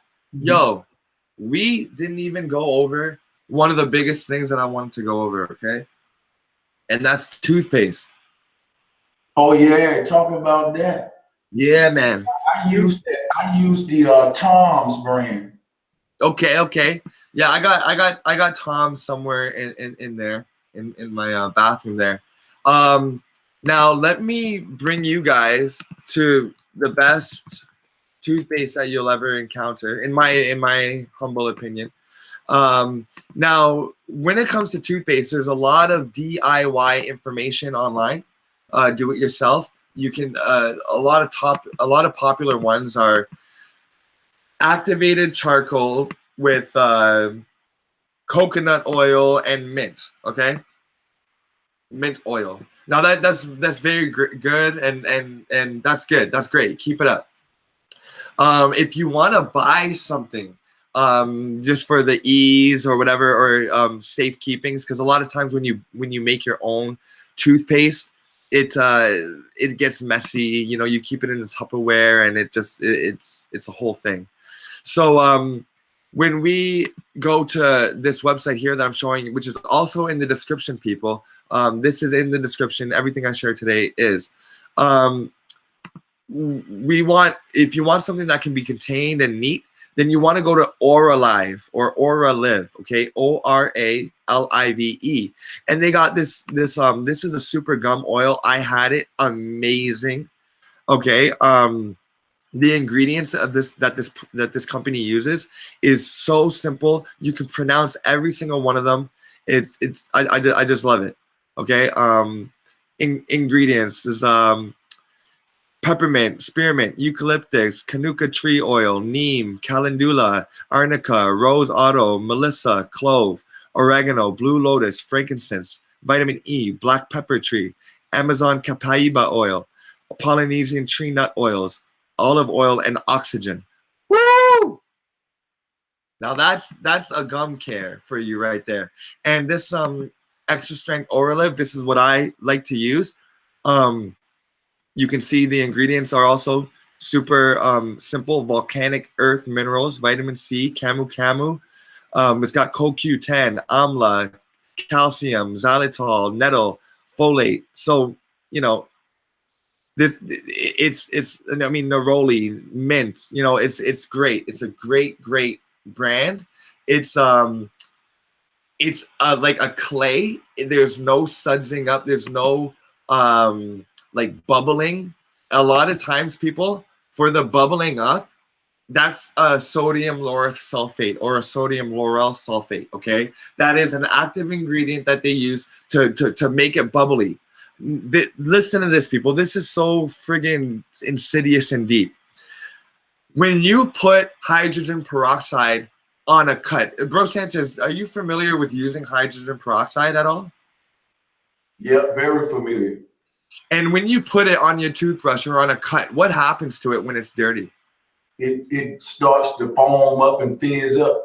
Right. That's because it's killing the bacteria and their inner gases are exploding out. It's like they're popping, and that's a bubble there and a bubble there and a bubble there. So if you put your toothpaste into hydrogen peroxide and you don't see or hear anything, you got a clean toothpaste. That's good. But if you wait a month and you put it in the hydrogen peroxide and it's like and bubbling and foaming, you got a dirty ass toothpaste with a bunch of corpuscles that are dying. Okay. Now the insidious thing is that these companies like Crest and Colgate, they put in active ingredients like sodium lauryl sulfates and sodium lauryl sulfates to bubble it up, or they'll put in like a citric acid and like a bicarbonate of some sort that will make a bubble. But that's a synthetic type of bubbling.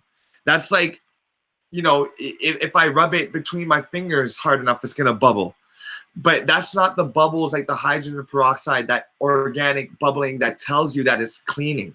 So if you have 3% organic, 3% food grade hydrogen peroxide, and you mix it with some water and you wash your mouth with it and you spit, it's gonna be like a foam spit because of all the bacteria and the corpuscles. I could do it right now. I could get hydrogen peroxide, put it in my mouth, swish it around, and spit it out. And even though the taste is bad because it's really killing all the bacteria, it's revealing the bad taste of your mouth, you're gonna spit out this foam. So I don't like to use toothpaste that foam up artificially. And if for the children out there, and to bring it back, the reason why we use like Tom's or this Oralive here that I'm sharing, the reason why we use that is because the main thing is that there's no fluoride in it. Okay, the fluoride is obviously it's a catalyst to calcifying your glands in the endocrine system, the pituitary, the pineal, and all that stuff. Okay, you want to keep it nice and clean. Okay, and it's something that's going into your mouth. You don't want to weaken your teeth. You want to put something that's gonna strengthen it. Now I have to tell you guys this. This toothpaste comes as a clay, and when I put it in my mouth, it felt like it was expanding. Like it felt like my teeth were getting tight and like there was a pressure on it because it gets in between. Here, look what it says, people. Look what it says.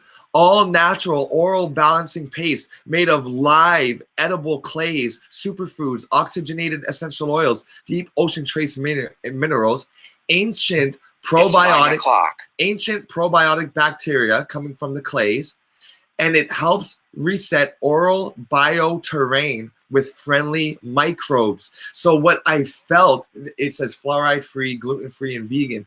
What I felt in this toothpaste, everybody, was like an expansion and a pressure on my teeth. And that's how I knew that these little guys, these little microbes were getting in and they were eating up the little plaque and they were eating up the little bad guys in there and like, expanding it. It was great. They were multiplying in my mouth. It was great.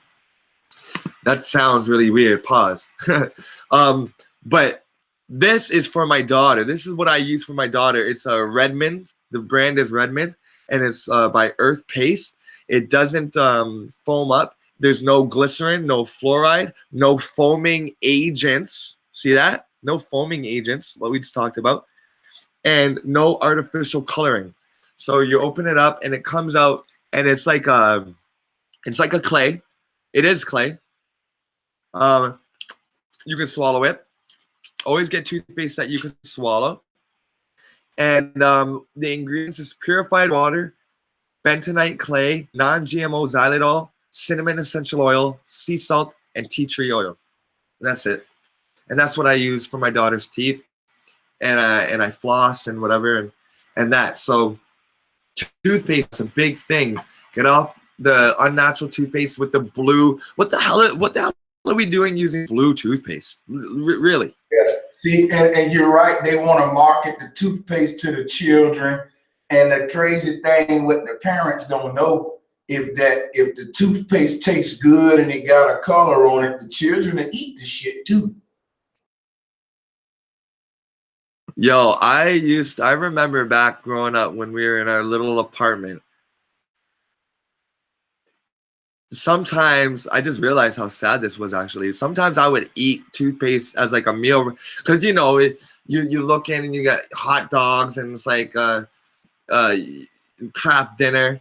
And when me and my brother got that Colgate with the red and the white and the blue and it tastes like bubble gum, yo, we were eating that. I'm not gonna lie, we were straight up eating it. And so yeah, that's not good for the parents out there. Yeah. Yeah, we used to eat toothpaste when we was little too. I'm pretty sure children still do it. They'll put a little dab on their hand and swallow it and shit, thinking it's candy. But it's crazy that you say always get toothpaste you can swallow because on the back of some of them damn toothpastes, it said you swallow a certain amount that gonna call goddamn a doctor immediately. And you shouldn't be saying no shit like that on your toothpaste, Yeah, that's right. Hell no, we shouldn't. Just knowing that, underneath the tongue it's like the quickest right to the blood, like it goes right to the bloodstream. If you take acid, you put the acid under the tongue.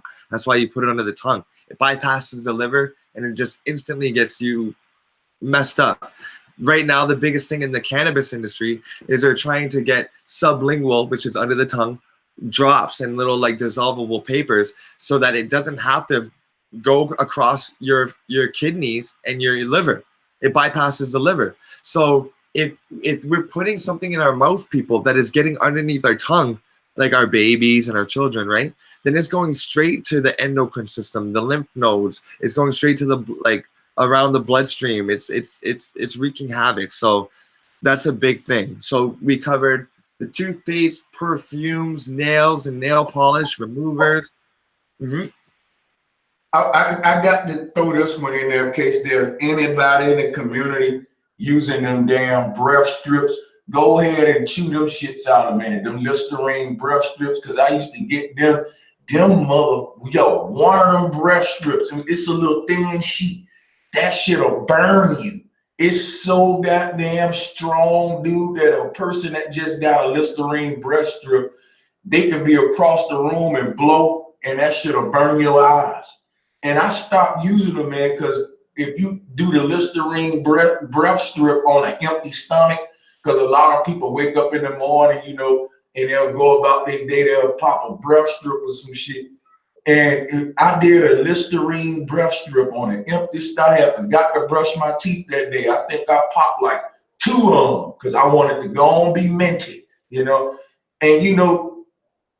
I popped them 2 breath strips on an empty stomach, and I had this feeling for like the whole day, like I was wanting to vomit, but I couldn't vomit. And that's what was torturing. Like I wanted to, but it wouldn't, it let me. And it was the worst shit. I never fucked with the breath strips again. Yeah. It's a concentrated form. I'm surprised, you didn't burn an ulcer right through your stomach, man, with those on an empty stomach. It's serious. Ty K says, have I heard of anything about parsley being a breath deodorizer? earlier on in the stream, we talked about how parsley specifically deodorizes the stomach, and it's the best. I mean, it's obviously great for the kidneys, but if you're like, you know, if you got a date or something like that and you're eating like your lasagna, yeah, you bet your bottom dollar you want to finish that off with parsley. The Middle Easterns have a delicious dish called tabbouleh, and it's just parsley and olive oil and tomatoes, and it's divine. It's so good, and it's going to keep your stomach pH real nice, and you won't have to spend all your money on those fake gums that are just full of flavors and colorings and stuff like that. You know, my girl make a very healthy dish, and she love it. It's like an Asian tradition, very healthy. They take like cucumbers and they soak them in lime juice, and they just some more stuff, but it's like just, you know, something like that. You ever heard of something like that? Yeah. Every culture has their thing. You know what I mean? Every culture has that thing where that refreshes them. For example, in India, a lot of times they'll use the licorice seed, you know, and fennel seeds.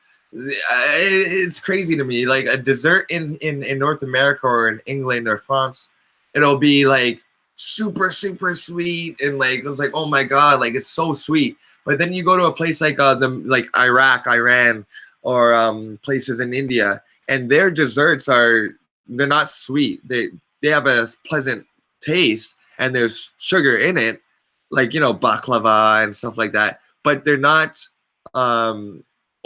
they're not overly sweet. And what I realize is when I go to India restaurants and they offer me a dessert, it's like licorice and thyme and fennel seeds. It's like, this is your sweet dessert, but it's not that. It's about neutralizing everything that you just put in so that you don't reek when you go out and breathe in somebody's face.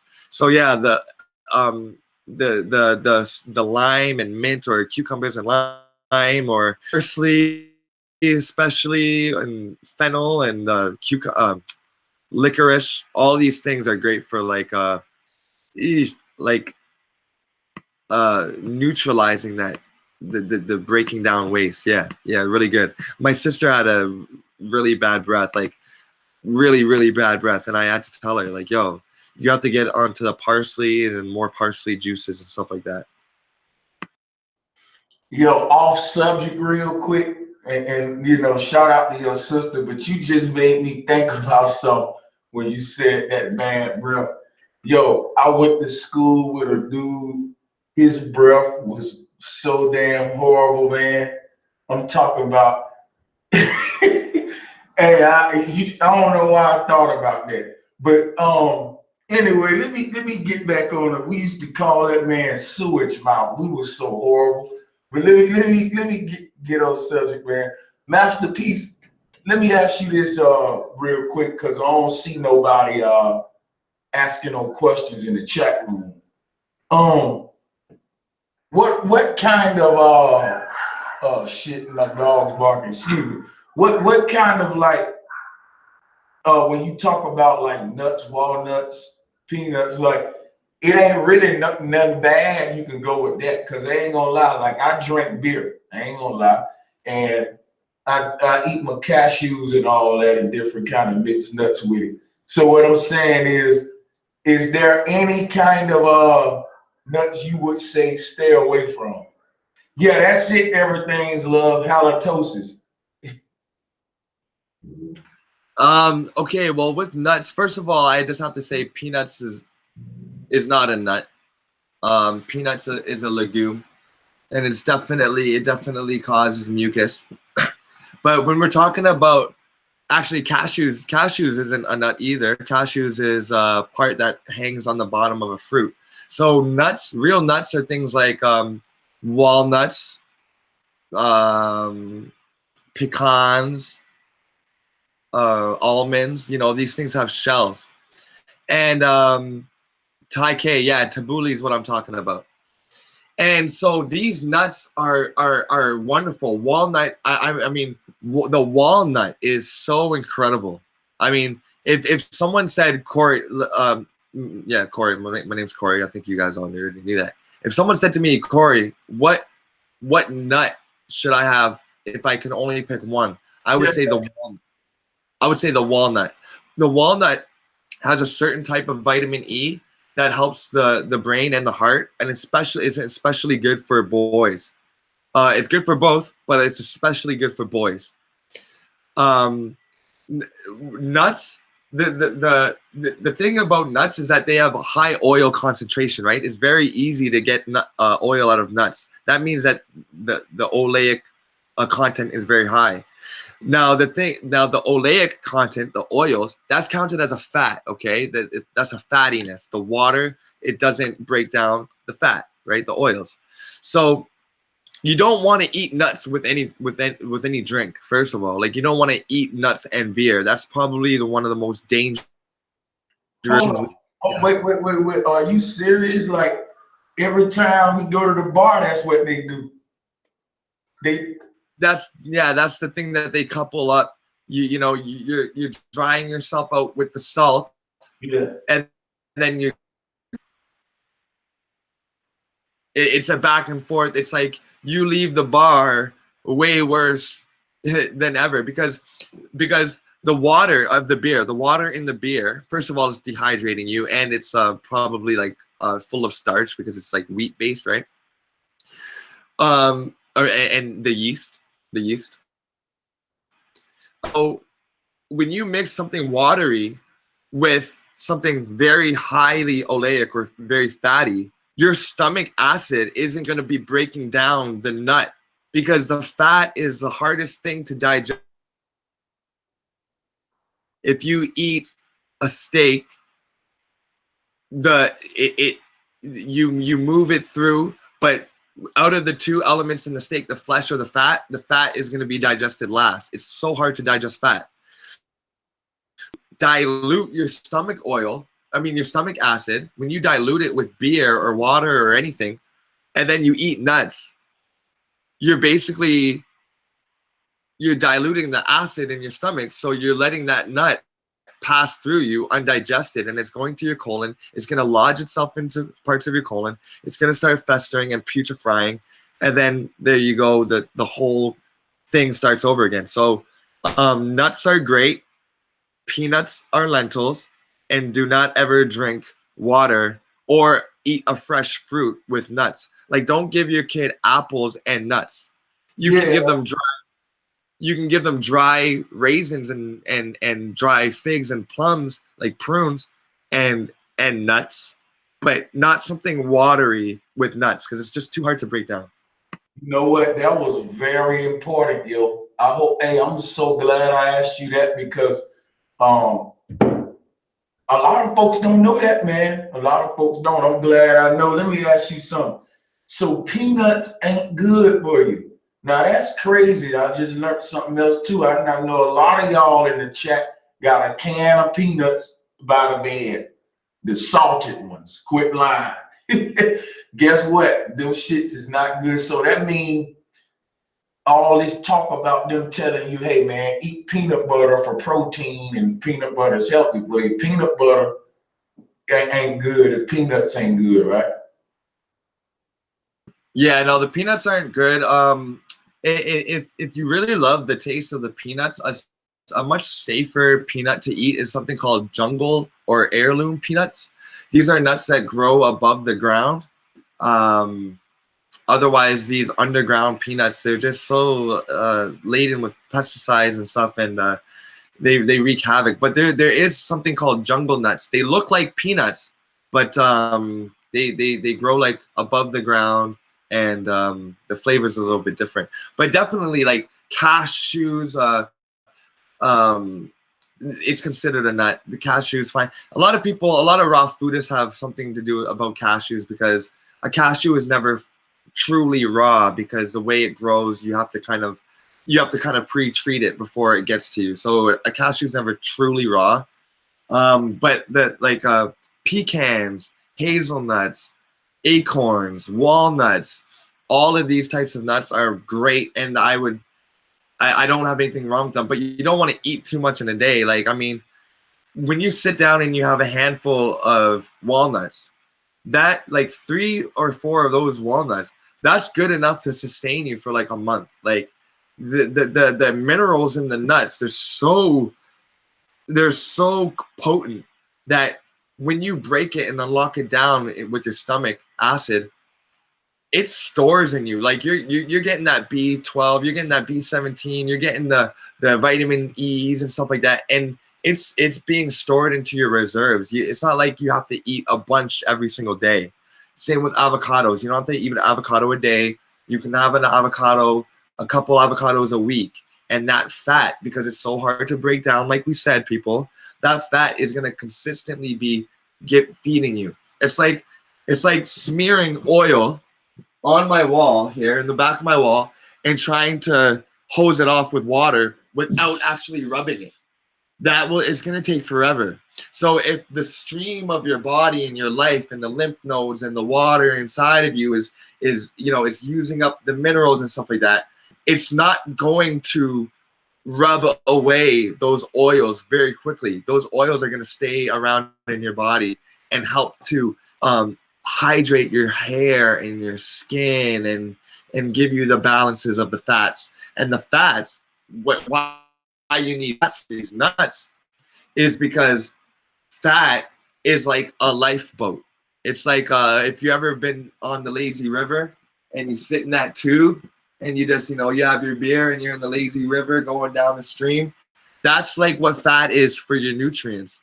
Your nutrients can make it so much further into your body with these fats from the nuts, because the fat binds onto it and encases the nutrients, right?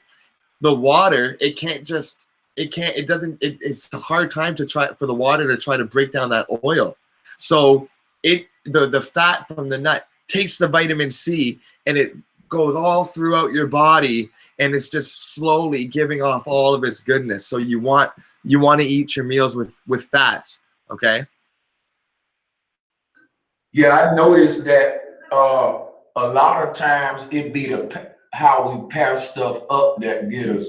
Cause it's crazy, man. It's like they doing this thing on purpose in this country. I don't know. It's like everything we do is fucked up.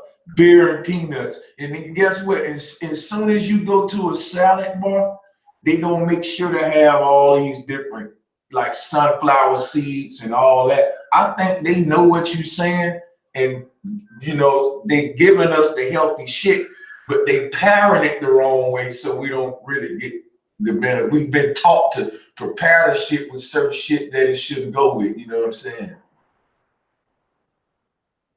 Yep. Definitely. They pair it like this for a reason. Like the meat and the bread on the burger. They do that for a reason.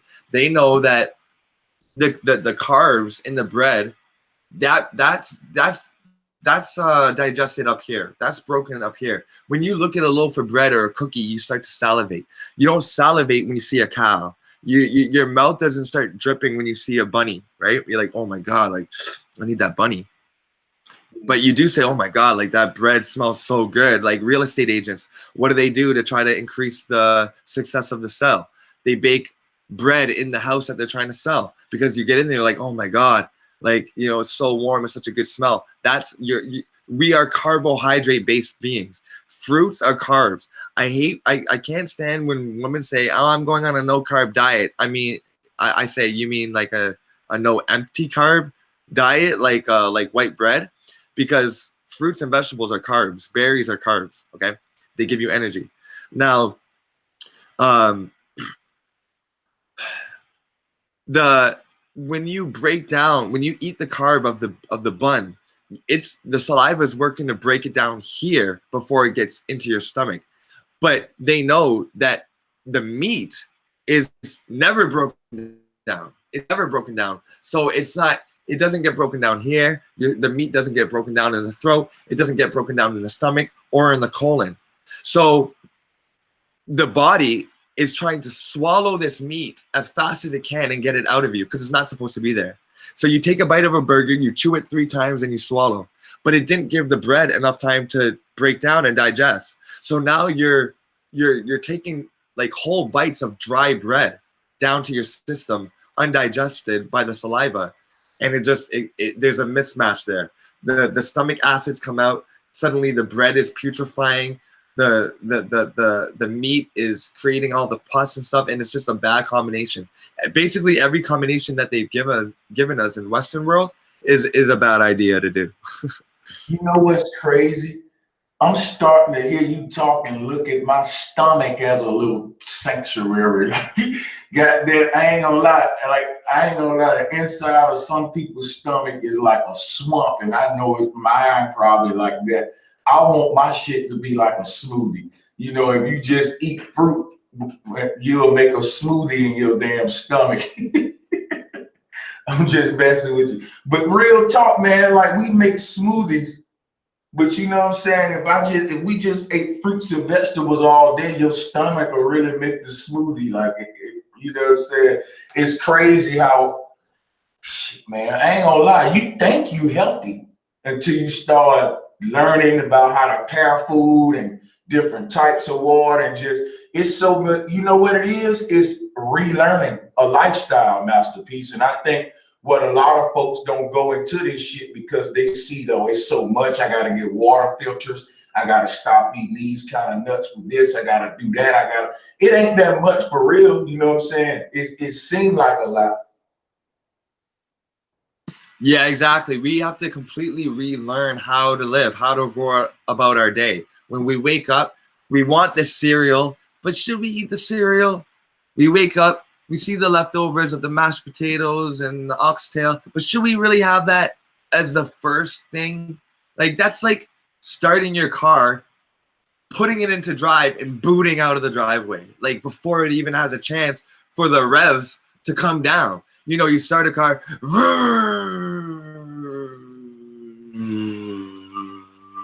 and then it gets to its running rev. Once it's quiet, that means that the oil and the gasoline has worked its way through the system so that all the moving parts are not having friction, okay? So you never want to move off your car in the morning without warming it up first. So why would we wake up and first off the bat shove a chicken leg down with some bread? You know what I mean? Like we said, wake up, start with water, and then a fruit, which is very watery, and then throughout the day add in the quinoa and the lettuces. You know what I mean? So yeah, we really have to completely relearn.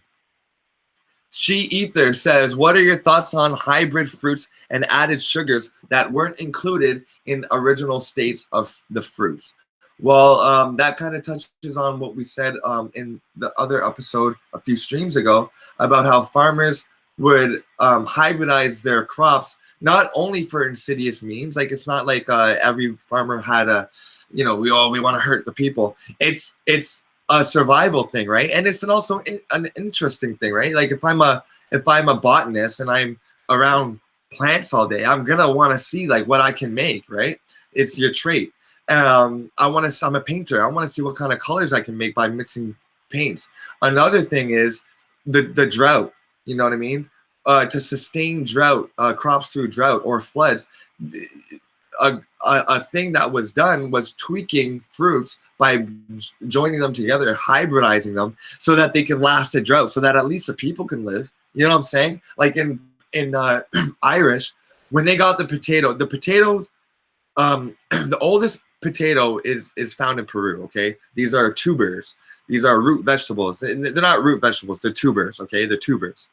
And the purple yams, the orange yams, very, very, very low starch. Now the starch in these high altitude places that get cold, the starch kind of acted as like an insulator. And as the potato would warm up, you know, once it's brought out of the ground and warmed up, then these starches break down into sugars, and so it's fully digestible. It's all good. But when the potatoes were brought over to Ireland, and then they had that huge dry reserve, they had to resort to the sea moss, and now it's called Irish moss because of that very thing, because of that very reason.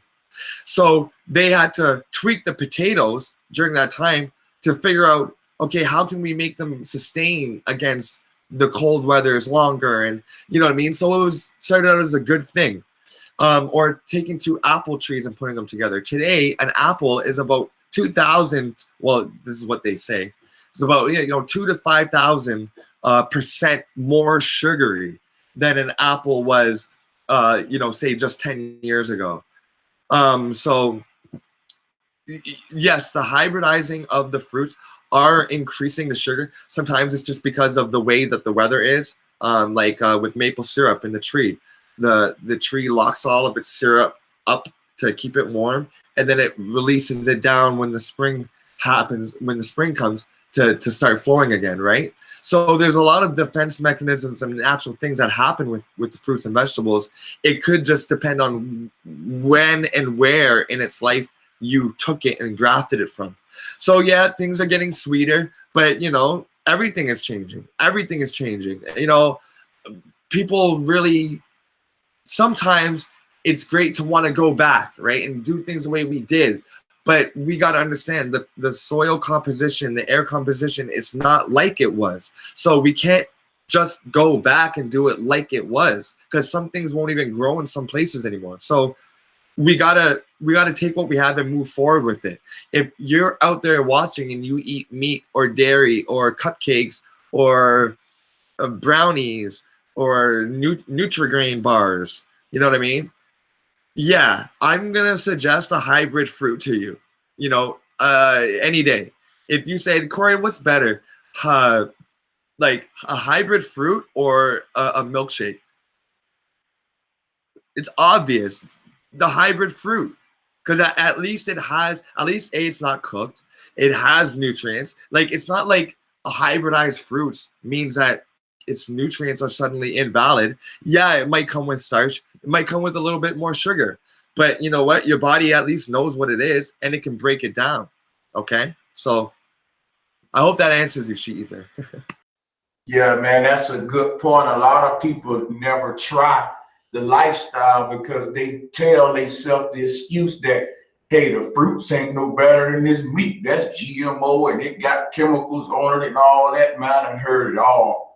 You know what I'm saying? And by the way, too, along with these green streams, there's a huge army of diehard meat eaters, man. And it's sad to see like the lengths they go to promote this meat eating lifestyle. They're so convicted by the truth. And it's like hurt dogs cry. Like, these people is making themselves sick trying to piss off vegans. Like they had one challenge, they stopped the challenge because people was like, yo, that shit's dangerous and people get sick.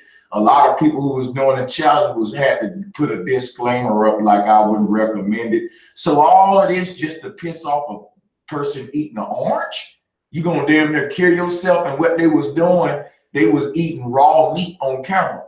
And when they was eating the raw meat, I was watching them and it was like they was eating a booger. It was like, oh guys, I'm gonna do this like a test or a challenge. And I'm like, hold up. If you're a real meat eater, you should be gobbling that up like, yummy, and licking your hands with the blood off of it.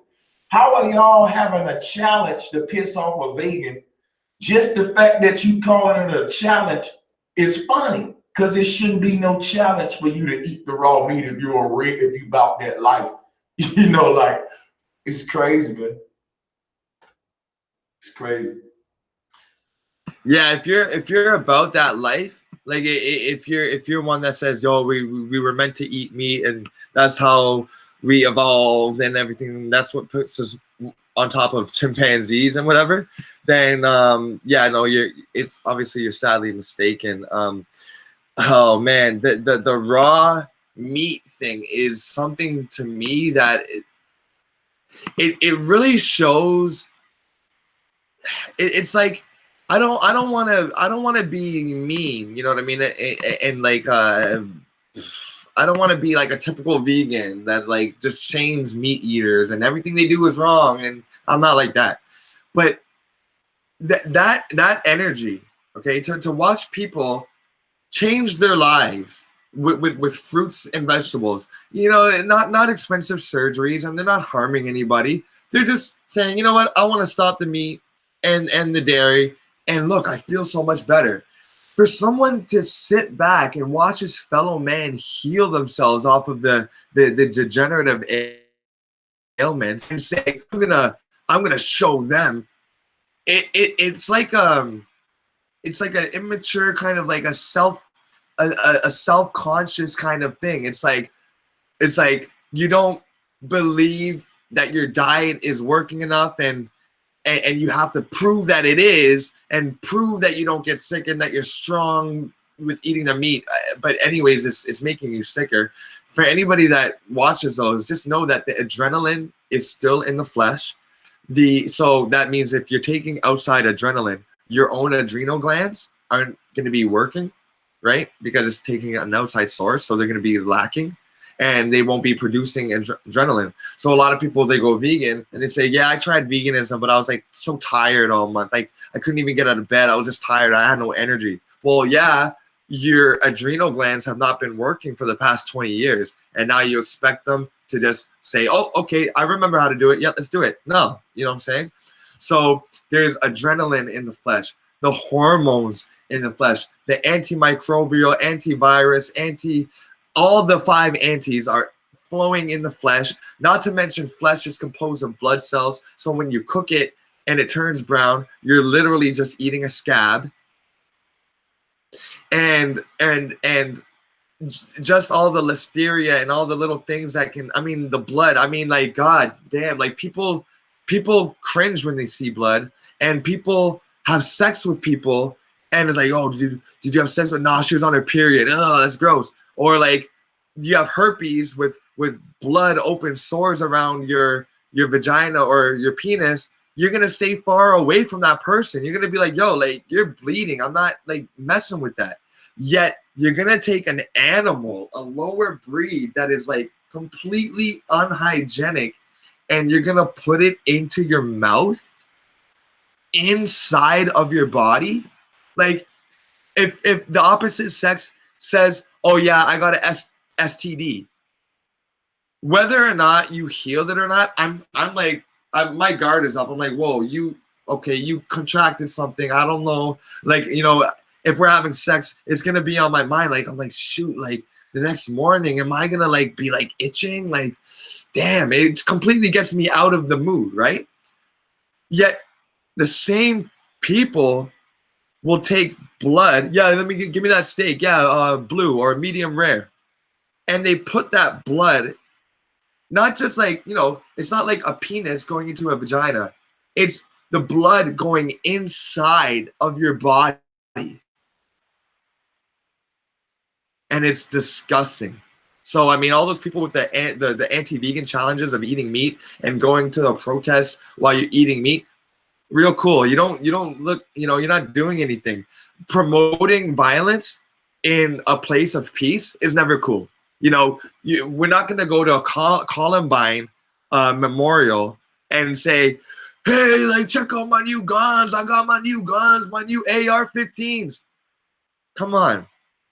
Let's be real. So people that are doing the meat eating challenge just to piss off vegans, you're only doing yourself worse than anybody else could ever do. And you know, when you start talking about meat, I'll be happy to hear it, because it just further confirms to me why I don't fucking eat meat. And it keeps my solid stance just to know how nasty it is. Because check it out, man. Like, I remember eating meat, and it was a thing to like have your meat the most tender. We used to say something in the South like, hey man, it gotta be falling off the bone. And now I realize, yo, we was just eating soggy flesh.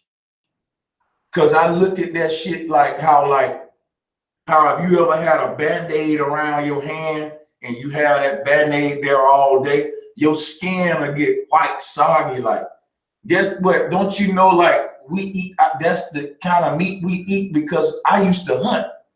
And when we used to cut animals open, it used to be muscular, burgundy type flesh. You know what I'm saying? because these animals moving around hills and stuff, they got muscles and shit. And when you cut them open, it was burgundy. But just, you know, being a vegetarian and looking at the meat they eat, it's very pink and it's real tender. And it's like, that's how the meat would look if it was absorbing all this moisture. You know what I'm saying? And not to mention in coloring it too. But I'm just saying, like, when I look at, you know, the meat eating today, man, I never fucking eat meat again. I don't miss it. I ain't gonna even lie to y'all though. It smell good when it's smoking and burning sometimes. But when I think about it, hell no, man. I can't do it. I don't even feel right no more. Yeah. And it's not you. Like, it's not you thinking that it smells good. Remember that. It's you yourself don't think that the flesh smells good. It's just that we still have hookworms and tapeworms, different types of parasites in our body that are making us think that it smells good because they want it. So when we walk by like oxtail or like a curry goat or a steak or like chicken, we say, oh man, like, whew, that smells good. I gotta have me some of that. But it's not that. It's those parasites in you releasing certain the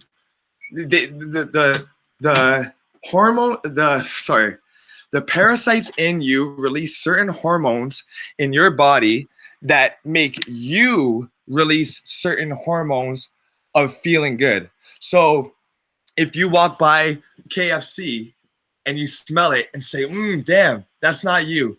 It's the tapeworms or the hookworms, the parasites, pumping out a certain chemical that when you smell that, it smells good to you. But really, it's for them. It's so that they can stay alive. And if you starve them out long enough, and you make your body alkaline enough, then they'll leave. And you will not think that it smells good any longer. That's for sure. And you know, we were talking, bro, Sanchez. Me and you were just talking about these plant-based people. There's someone in the chat, and you know, I don't give any love to the haters or anything, but there's a rat. There's a guy with a rat in as his picture, Herb Stomp, which kind of sounds like curb stomp. He says water, not a breakfast food. Okay, great science there. Fruit is sugar and anti-nutrients. Now, I have never heard of an anti-nutrient. So this meat eater just like obviously is making up stuff. But he comes here on a vegan stream, says water is not a breakfast food. We never said that it was food, but it definitely is the best way to start your day. And then he says fruit is sugar and anti-nutrients. Now, how dumb or how pissed off do you have to be at your fellow man for eating vegetables that you have to come up in the chat and do exactly what Bro Sanchez was saying? He then goes on to say, I've been down the vegan path and it is BS. It destroyed my health. So I can't stand it either. So vegan eating fruits and vegetables is the thing that destroyed his health. So when we were being raised and your mom says, oh, you eat your vegetables, they make you grow, that suddenly is destroying your health? No, that person was extremely unhealthy before. He stopped it. Maybe he did, maybe he didn't, you know what I mean? Maybe he's just lying. But if he did go vegan, what happened is his body finally had a chance to offload all of the toxins back into his bloodstream to get rid of it, to go be passed through the filter. But what happened was he took that pain and he quit early because, you know, he's weak. And instead of being strong-headed, minded, and knowing that this bad feeling is gonna pass, he went right back to the meat to suppress it back again and to hide it away into the fat cells and into the extremities of his body so that he feels better. So then now he says, oh, I went vegan, I felt bad, and then I ate meat and I felt better. Yeah, because you're addicted to the meat and there's a bunch of toxins being kept away in your body. You stopped eating the meat, and all of those toxins came back out to be trying to try to be cleansed. But you took it for pain. You got weak. You went back to your old modalities, and you felt better because your body said, "Oh, he's continuing this horrible habit again. Let me just take out all the chemicals of the bloodstream and hide them away again." Your body is so smart and intelligent, and I'm not gonna let his comments and his poor way of going to a plant-based life, if he even did it, deter findings like the China study, which is the biggest study ever done that shows the correlation of food on health. Meaning, when you're living in the inner city and you're an omnivore eating meats, dairies, and fruits and vegetables, you have much more ailments and degenerative diseases than those in the rural areas eating off of the fruits and the grains and the vegetables. That's proven. That's point blank. That's science. That's anything that you want to call it. So yeah, once again, we have these people that are ignorant, that maybe, I don't know, maybe they're paid by the meat industry, the meat and dairy industry, or maybe they're just that dumb, or maybe even that embarrassed, or in fact self-conscious, to look at their fellow man doing so much better than them, and then that causes them to make a scene on a green stream, you know. So yeah, it convicts them is what it does. And I'm gonna tell you something about these kind of folks like that, man. I first of all, I'm gonna be straight up, I don't believe them. I don't think they attempted to do the dang on vegetarian vegan thing not one time. Because yes, it's gonna be a little discomfort, but it ain't like you're gonna be foaming at the mouth and wiggling on the damn floor, and it ain't gonna be a worse feel than eating that meat every day feeling. So these folks are lying, because when they said I fucking went to a vegan diet and it made me feel bad, and I went to a meat diet and it made me feel good, why did you ever leave a meat diet? Apparently you left that meat diet because your health was messed up. You said, man, I gotta go try this vegan thing because this meat don't got me feeling good. You couldn't do it, like Master P said, so now you want to discourage everybody else, and you become an enemy of something that you failed at. It's like the dude that got cut from the b-ball team. Now he hate niggas in the NBA. Like, yo, I'm gonna tell you, them folks like that do so much damage, man. Because all a person need is an excuse, and they'll never go vegan. It's already hard enough to get folks to even consider it.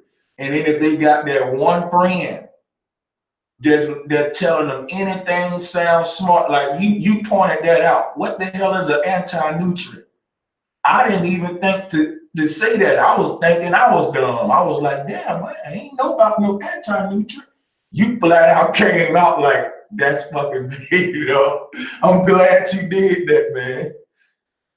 Yeah, man. I just gotta silence all these people that are just talking out the side of their mouths in order to keep their little world happy. You know what I mean? Whether they're paid or not, it's just wrong all the way up and down. But yeah, it reveals themselves. It exposes themselves. Like when you eat fruits and vegetables, there's just so much love and life in the fruit. There's no negative feeling about it. Like there's no negativity that went into the harvesting of the kale. It's not like it was bloody. It was bloody and like lesioning and just like like jolting for its life. You know what I mean? It's just a simple, humble kale, and it was just gently picked, and you eat it. So it's just giving you the thing about the animal is that the animal has already died. The fruits and vegetables is dying in you. When the fruit or vegetable dies in you, the soul escapes in you. So like, for example, if you get shot, right, on the battlefield, your soul escapes and your body's laying on the battlefield, and then the coroner brings it and puts you in a box, okay? If you were to die in the box, then your soul would be in the box, for example, okay? That's just a little analogy that I'm using to say this. If I have a cow and it's dead, right? That means that everything's already started to happen. All the putrefaction, all of the antibodies that would like defend the flesh from like infection, all of that's dead now. There's no nutrients being circulated by the blood flow. So it's just like a rotting piece of corpse. Now, if you cut an apple up and you cut it up, you'll see it's going to slowly turn brown, and then after a while it's going to turn mushy and it's going to grow fungus and whatever. But if you eat that apple and it digests, it doesn't have the chance to get brown and fungusy. So it's giving up its life while it's dying in you. And that life that it gives up is the thing that sustains your life. So you can't eat a dead thing and expect to have life. You can only create ailments and signs of death, you know, cancer, tumors, dry skin patches, nails falling off, hair falling out. These are signs of a necro, you know what I mean? A person like a zombie, like your arm just fell off, bro. Like, you know, your jaw just fell off and your teeth are falling out. You look like the Fly. You're looking like the guy in the Fly. You're just disintegrating, right? You're dying. You're dying before you're even in the ground. So we have to make sure that what we're eating is dying inside of us, so we get that life. And when we do get that life from the kale and from the apple, it's peaceful and it's not harmful. So the animal eaters, they really expose themselves, like you said, when they come out all vicious and like ready to tear someone up for eating vegetables. Yo, you know? I'm gonna tell you something, not to glorify my past, but I sold drugs at one point in my life, and I'm gonna tell you something, bro. It's sad to see them like that, because that is drug addict behavior. Like a drug addict will combat you, man. They'll make up all these excuses how that shit ain't really fucking with them like that, man. And to the point where they'll suggest it's healthy, you know. It's crazy. I just saw it all. But I'm telling you now, when you get off certain drugs, for example, a heroin addict, get off heroin, man, they're gonna fucking be uncomfortable, you know, because their body's still craving that heroin, so they got to give them the methadone to kind of wing them off. But, you know, they get hooked on that too. But anyway, that's another subject. What I'm saying is, anything that when you quit the shit, you have withdrawals and shit, that ain't no food. That is not food, man. That shit is drugs, man. Real talk. Yeah. And, you know, just like the drug addict, those withdrawals, right? When you get off of the crack, when you get off the heroin, your body is saying, okay, I don't think any more heroin or crack is coming into my body. Let me just slowly get rid of it by dumping it back into their bloodstream, and then the liver can take care of it. So you get off the heroin and you feel bad. You feel bad because the toxicity that was put away so that you don't feel bad is now being dumped back into your bloodstream, making you feel bad. And then you say, oh man, I just need a hit. I just need one hit. And then you feel good. The pain goes away. And that's the same thing with the meat. You know what I mean? You stop eating meat and dairy, and you get all tired, and your stomach hurts, and you say, "Oh, I being vegan, it hurts so much. I don't feel it. I'm getting the scratches, and you know what I mean? I'm jonesing for some meat."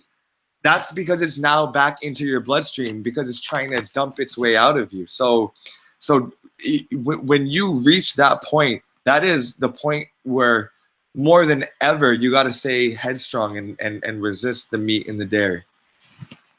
And please touch on this for me, Masterpiece, because a lot of people, you know, they fool themselves not to get off meat because of their weight. You know, a lot of motherfuckers, I ain't trying to be skinny. You losing weight, man. I get that so much. Like, yo, quit. And I ain't gonna lie, it does fuck with you. It messes with you because you don't want nobody to be telling you, you know, hey, you losing weight, is you getting sick? No, you sick eating the goddamn meat. I bet y'all got more energy than these folks. See what I'm saying? Like, you're gonna lose weight, because if you eat meat, you overweight off that. Ain't no doubts about it. So expect to lose weight and embrace the shit. Don't look at it like, because in the South, they you know, in the South, man, if you lose a couple pounds, you sick. You know, everybody gotta be fat and stuff. So, you know, I think that's another thing to discourage folks too. They weight. Okay, well, let's look at that from two different perspectives, the male and the female. Okay, now from a female perspective, that's great. You know what I mean? You're losing weight. You don't have to hit the gym. You just switched your diet, and suddenly you find yourself eating more than you ever have, but you're losing weight. For example, my wife, when she told me that she was pregnant, she's like, I know, you want me to go vegan. I'm like, yes, please, and thank you. And I will encourage you in every way I can. And she was losing weight. So we would go and get her weight done to see how the baby's coming along, and her weight would stay the same, because it's like as the baby's growing, she's also losing the weight. So it's like balancing out. Now, for a woman that's just like going through her regular day to day, to switch up her diet to a plant-based diet and lose weight without even hitting the gym, that's like a blessing. So for a man, it's kind of discouraging, because you say, I don't look as thick. Well, if you're losing weight because of your diet, that means that thickness, it wasn't muscle. Like, you could look all D's and whatever, but if you switch to plant-based diet, which has more protein in it than a meat diet, 100% facts, then it shows you that what you're losing wasn't muscle. What you had, it never really was muscle. It was just water, inflammation, fat, and other mucus and pus underneath the skin, making you look big. And then ask your woman, what do you prefer? When a man says, yeah, I went vegan and I lost 15 pounds. Well, how does your girl feel about that? You know what I mean? Is your girl happy with your BO? Is your girl happy with the way you smell after you're having sex? You know, take the opposite sex's opinion into it, because you could feel like, yeah, I'm a man, I got my stomach, and, you know, I got arms. But to the opposite sex, you might just be fat, you know what I mean, and out of shape. And a lot of times that happens. The mirror, we look at the mirror so much, we don't really notice that we're getting fat, and, you know, the things, you know, things are dropping and sagging on whatever. So the losing of the weight, this is what I always tell to people. If you go vegan and you find yourself losing weight,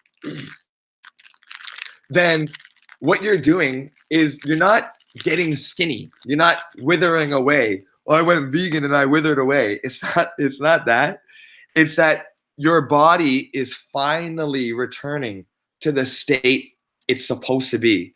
When you look at all the ancients, all the friggin' ancients, all of the carvings on the wall and the scrolls, all the people were in shape and thin. Ramesses didn't have no gut. Hathor, even though she was the cow goddess, she didn't have no gut. You right about them carvings. I'm glad you pointed that out. That's important too. And we even got an ancient saying that said, carry your own weight. You know, the ancients was active, man. They whole life depended, their life survival depended on them being active. So being out of shape and getting the itis after you ate dinner, that shit was unacceptable, man. Yeah. And I know you guys have it bad in the South, because when I traveled down those ways and I went to one of my family's church services, after we got back, and it was like 3 types of fried chicken, 4 types of rice, and it wasn't even noon yet. Like, it wasn't even noon. I'm like, damn, like, this is really heavy. And so, yeah, you know, you can be healthy and vegan and still be fat. Like, you know, you can eat a lot of avocados and coconuts, and have a lot of walnuts and other nuts and stuff like that, and look pretty decent. You know what I mean? Pretty overweight. And it doesn't mean that you're healthy. It just means that your body is a little bit backed up.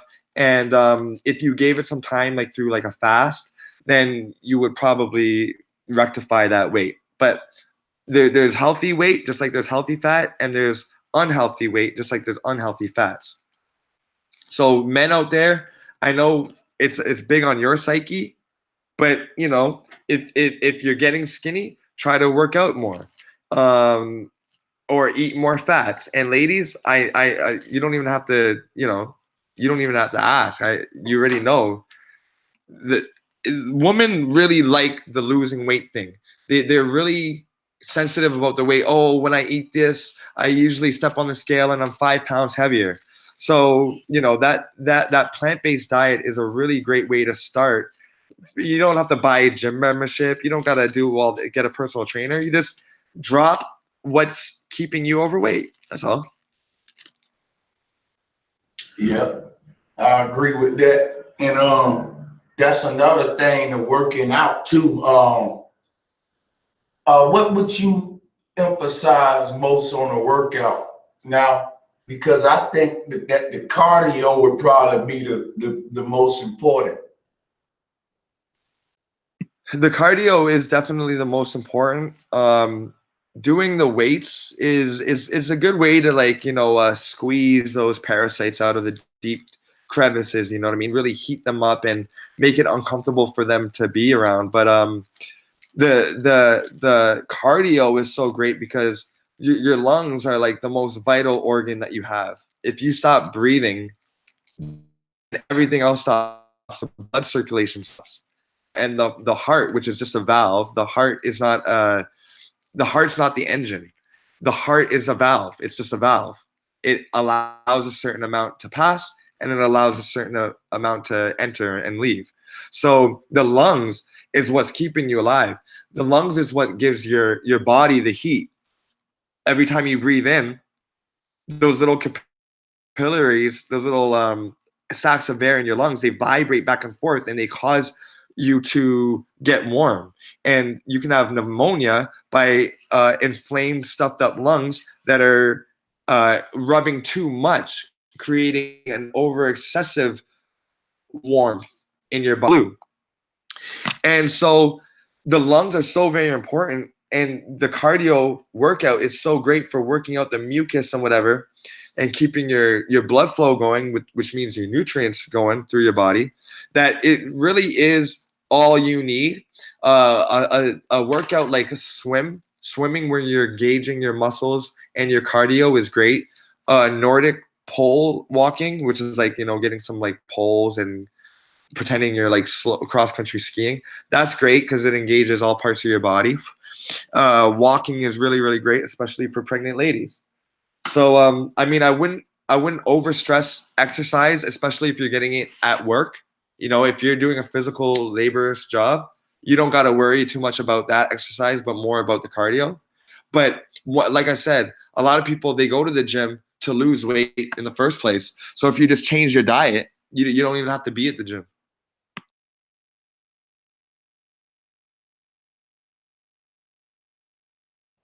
Hey, hey, masterpiece. Let me. Oh, excuse me. Let me ask you something real quick. Since we still going just to keep the bill going. When you talk about the weightlifting and all that, we already went over the GNC treatments and supplements and I think it was like episode 2 or 3. But one thing I wanted to point out is that a lot of what they doing to these kids in the high school is warfare, man. Because I don't know how healthy this is, but when I was in high school, especially in the South, and like you said, by the way, you was right about that too, man. We eat fucked up in the South, dude. Like we wake up and eat like pork chops, biscuits, and fish plates. We warming and inquisitive. You right about them chitlins. That got to be the most unhealthy shit ever. But in the South, I saw young men go to high school, good shape, lean, like you said, like the ancestors, all like that and stuff. By the time they get out of high school, that 12th grade, them damn football coaches would turn their ass into like a fucking brick. And I ain't gonna lie, I used to be like, man, I should have been on a football team because the coach could have transformed me to one of these dudes, you know, because everybody that got on a football team, I don't give a fuck how small you was built when, you know what I'm saying, by your 11th, 12th grade year, they got you built. But how they did it was constantly hours and hours of weights and this little milkshake shit that they would give them. They called this weight gain shit. And what they do, they put when your children get in high school without your consent, the coach is gonna put them on that shit and blow them up and transform them. But I don't know how healthy that is for real. Cause after them niggas graduate, a lot of them niggas end up being, you know, that shit just died, it just fall off. Yeah. So when we are working and exercising, first of all, the best weight to use is our own body weight. So push-ups, crunches. You can even hold your arms down. I'll cut my camera on so you can see. You can even do like hold one arm and lift for your bicep, and then put it to the other side and push down to get your triceps. So, you know, up for the biceps, down for the triceps, and put resistance on it. You can twist your body and put resistance on it. So your body is already built with everything that it needs to get yourself built. The thing is that when we use weight gain and extreme weights, what happens is our body grows at an irregular pace, and it puts a lot of strain on a child's heart. If you take a grade 9-year-old and you put him into the football and the basketball team, and suddenly they have all this weight gain, pumping water into their muscles like creatine, then suddenly their heart's like, whoa, like suddenly you're carrying around 20 more pounds on you out of nowhere every day. Okay, now your heart's working more. Now your lungs are working more. Now everything is everything is like a workout. Going to school is like a workout. So you're always stressed. You're always in alert. And that's why you see these people that are like super fit and like always working out, wrestlers, they die at a very early age. And it's usually some sort of aneurysm or some sort of clot that just gets them. You know what I mean? Yo, I'm glad I asked you this. I want to share my screen. I want to ask you something else. I'm gonna pull this up real quick. This dude, his name Cali Muscle, right? I'm subscribed to this dude. He was in jail, and basically he got like over 1 million subs and shit, but he got built in jail. Now it's a whole movement going on of like you know, cats getting into bodybuilding in jail. But they got something called a prison diet, right? Where you make a bunch of doo-wops, a bunch of ramen noodles. You eat like 10 packs of ramen or some shit a day with like some cup noodles and honey buns, and just, it's called a prison diet. And they say that's guaranteed to like blow you up if you eat that every day and work out. And I used to see cats get out of prison looking like this dude right here. And we used to envy that, like, man, yo. And when you hear these cats talking about a prison diet, it's like, yo, I see what they doing to the health game, Masterpiece. And I want you to start kind of, you know, because check this out. This can't be healthy, man. Now, this is what they call healthy today. This shit can't be healthy. Now, if you compare this to something like this, right? That's what I want you to build on for, is like yoga versus this shit. Because they want us to think this shit's healthy and that this is some old faggot ass, you know, kumbaya, man, eat you some steak. You know what I mean? So it's like they got I can see how it's some warfare going on basically with the health game.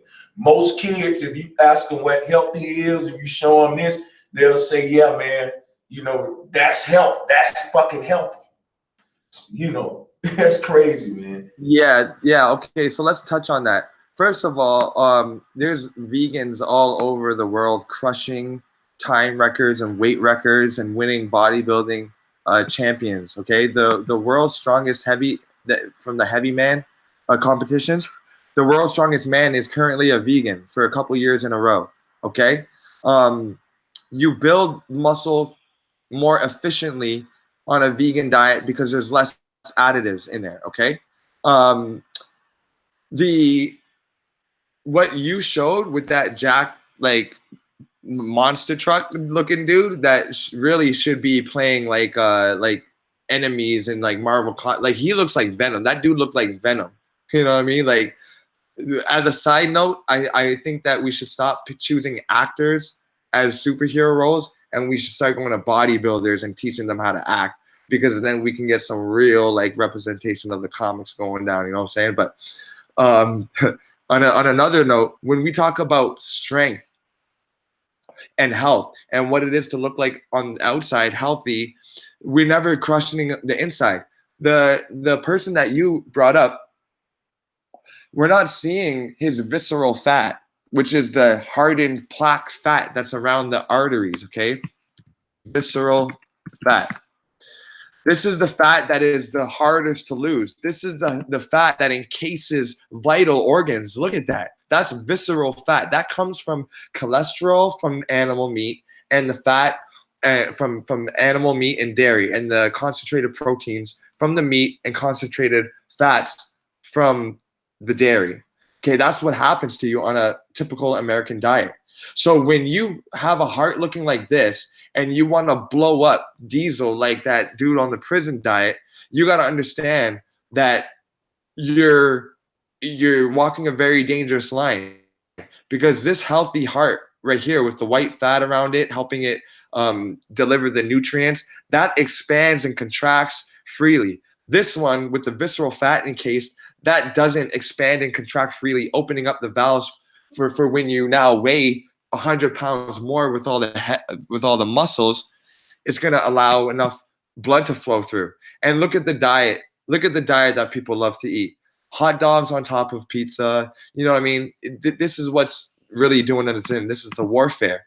Now, when we talk about health, like a yoga, first of all, it's one of the healthiest thing you can do is stretch. Okay, when you stretch, like we talked about earlier, you keep your lymph nodes moving around, and like a river, if it's moving, you can drink from it. If it's still like a pond, you can't drink from it. So if your lymph nodes are moving around, if your blood is getting to the extremities of your toes and your fingers, and you're flexible and you can touch your toes and stuff like that, then you are on, because and for the blood and the lymph nodes to be circulating properly through your body, that is going to discourage the visceral fat.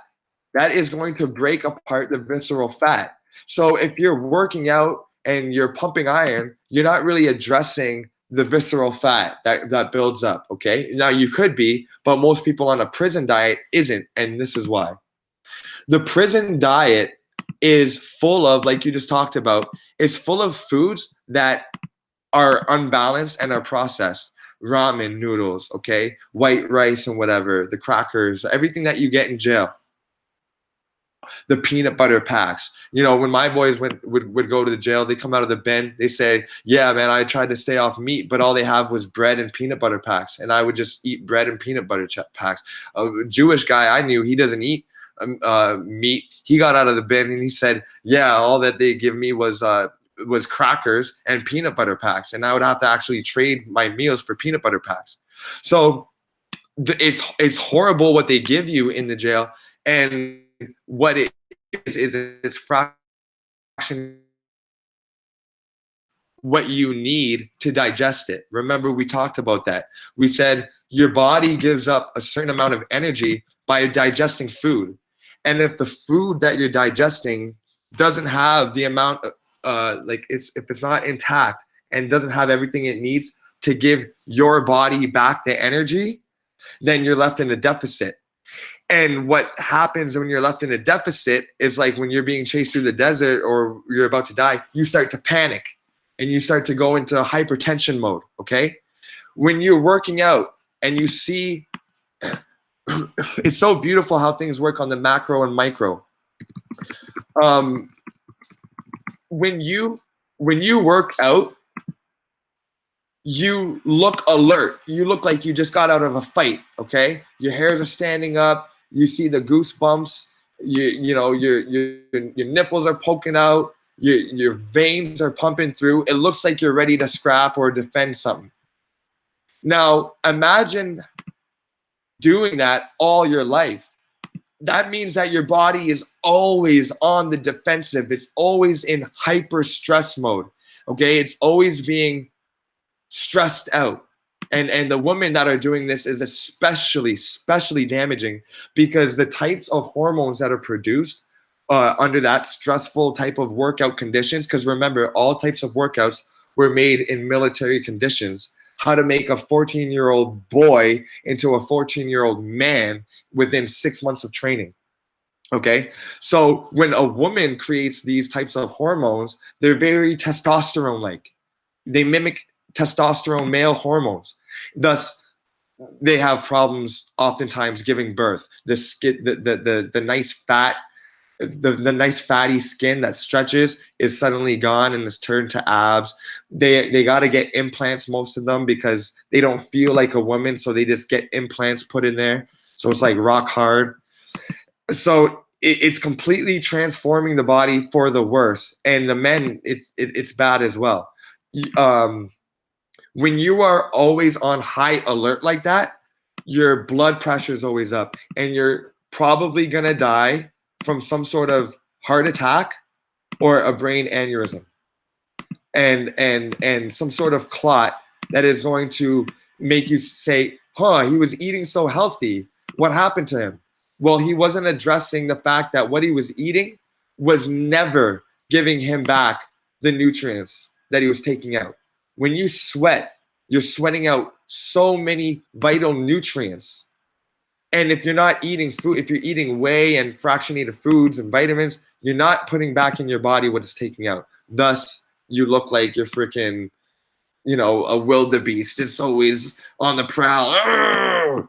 You know, your neck is gone and you're walking around like this. You know, it's just, it's not a good look. It's not a good look. We used to glorify it because the movies would make us glorify it with the Arnold Schwarzeneggers and the Rambos and shit.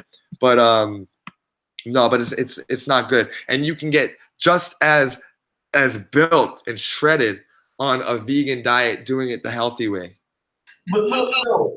But that's the thing. Like, go back to that black lady, man. Look, I just want to point out something. Like, people talking about like you want to get built. Why the fuck would you want to do that? Like, why would you want to be built? It seemed like that shit'll hurt, man. It seemed like your skin tight. It seemed like, man, if you wanted to reach back and just scratch your back, you couldn't even do that shit. Like, you so stiff. Like, who want to do that? Looks scary. That lady looks scary, man. That looked like some monstrous type shit. I'm sorry, yo. This shit looks scary, man. This shit look like some scary shit. It's a mental disorder, right? It's looking in the mirror and never being happy, right? So that's the whole thing about it. So it's actually like I kind of feel for people like this who are never really happy. Whereas I'm happy with my body. I'm skinny.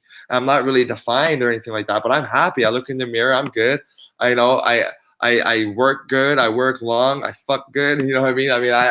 I run good. I'm on point when I do. I play basketball good. So I don't need to be all like crazy extreme with the body because I know what's happening on the inside is good. And I know that if I ever want to build muscle and just get, a little stronger, I can, no problem. But yeah, like with this, if you can't scratch your back, if you can't wipe your own ass, then what's the point of this? That shit can't be real. That can't be real. Tell me that ain't real. no, man. Hell no. That nigga can choke you with his ass. Hey, that nigga choke you with his ass. He'll strangle you with his cheeks. Yo, that is fucking nasty. No, man. This shit is fucking crazy. Man, yo, I never just really paid attention to this bodybuilder shit like that. You right, like they ass even muscular. Like, come on, man. You think, come on, man, you gonna break the toilet with your hard booty ass, nigga. Yeah, man, straight up. And so the constant stress of being in the gym and putting your body under this, yeah, it's something that you want to steer clear of. And it's a slippery slope. It's easy to fall into that, to that obsession. You know what I mean? So definitely the yoga, the being able to be flexible and touching your body, that's much more important than how much you can lift. And you don't even live in a place where you need to lift anything. Like, we don't need to lift anything here. But if you were in the Amazon, I get it. Like, you got tree trunks. But here's the thing: the people that are living in the Amazon, building their own houses, like on primitive technology, they're like just as skinny as you and me, and they're working all day, all night with that sun, the fresh air, the good water, and the plants. Mm-hmm. And I ain't gonna keep on picking on these bodybuilders, but I guarantee you, the average person, and I ain't wishing bad on nobody, I'm just telling you a fact. I think the average motherfucker who don't even exercise or nothing gonna outlive some of these folks. Cause that shit, ain't no way a nigga's supposed to see all of your veins, man. Like, you, every vein. Like, dude, this shit is crazy. It's crazy, man. Yeah, actually, I'm glad you brought that up. The stream's actually going a little longer than I thought it would, but that's okay. Being vascular is a term where when you look at yourself, you can see through your skin, you know, some veins and stuff like that, and they're raising above your skin just at rest. And that is a good thing if your skin is thin. I have very thin skin, as you can see. It's like, you know, paper thin. Okay, a lot of people they'll grab some arm skin and it'll be like an inch or two of space. Skin isn't that thick. What's happening is that there's a lot of mucus, pus, bacteria, worms underneath that person's skin, so it's hiding their veins. You should be able to look at yourself and at least identify your venous network. When you go in to get your blood drawn, the doctor should be able to readily see your vein popping out in that area. Not because you're overweight and you have high blood pressure and it's making your veins pop, but because you have thin skin, you have very little bacteria and pathogens in your body, making yourself a mirror to the inside of your body. You can look and you can see your veins, and you can press on it and see when they rise back up to check if it's got the pressure. You can see the network of your veins and seeing if anything is clotting or being discolored, like elephant veins. But when you're working out and you're vascular, that just means that your body is under so much stress and it's trying to pump so much blood so fast to address all the parts of your body, so your arm doesn't like go necro and just die. That is like a cyborg. That's fucking crazy, bro. Cause you're right. Like, when you lifting them weights, every time you lift, you have to hold your breath. Because the body is like, it's compressed. That energy got to go somewhere. So that's how you getting strong. You basically tearing your muscles. But when you get to a big brick like that, that can't be good for, like you said, circulation and just the cardio part of it. Because these weightlifting folks, a lot of them don't really run. They do the leg weights. they basically getting their body ready for like a showcase, like what we saw. But there's ain't no cardio in it. But I ain't gonna lie, so many of us thought for so long like that was the way to go. You know, I know I did. Like, man, we bought a weight set. Everybody had a weight set coming up. Ain't nothing wrong with that. But I remember when I was coming up, we would show out and be on the weights all day, and we didn't jog one time. Yeah, yeah. There's kind of like it's like you know, bodybuilders, you know, jogging's for pussies, and they'll say jogging, it takes away muscle mass, because when you're when you're getting your heart rate to to a certain pace, you're actually burning a lot of calories, and it's actually burning muscle mass, is what they say. There's so much. It's like when I said that analogy the other day. You can be happy with your wife, but she does one thing and you think about it, you can find 50 reasons to explode and be mad at your wife that day. The harder you look for stuff, the more you're going to find. So with this whole like workout craze that exploded in the 70s with aerobics, and the 80s with the movies like the Terminators and the Rambos and shit, it made people want to become that. And now we have a whole multi-billion-dollar nutraceutical industries, supplementation industries about like whey products and you know, pre-workouts and post-workouts. It's all nonsense.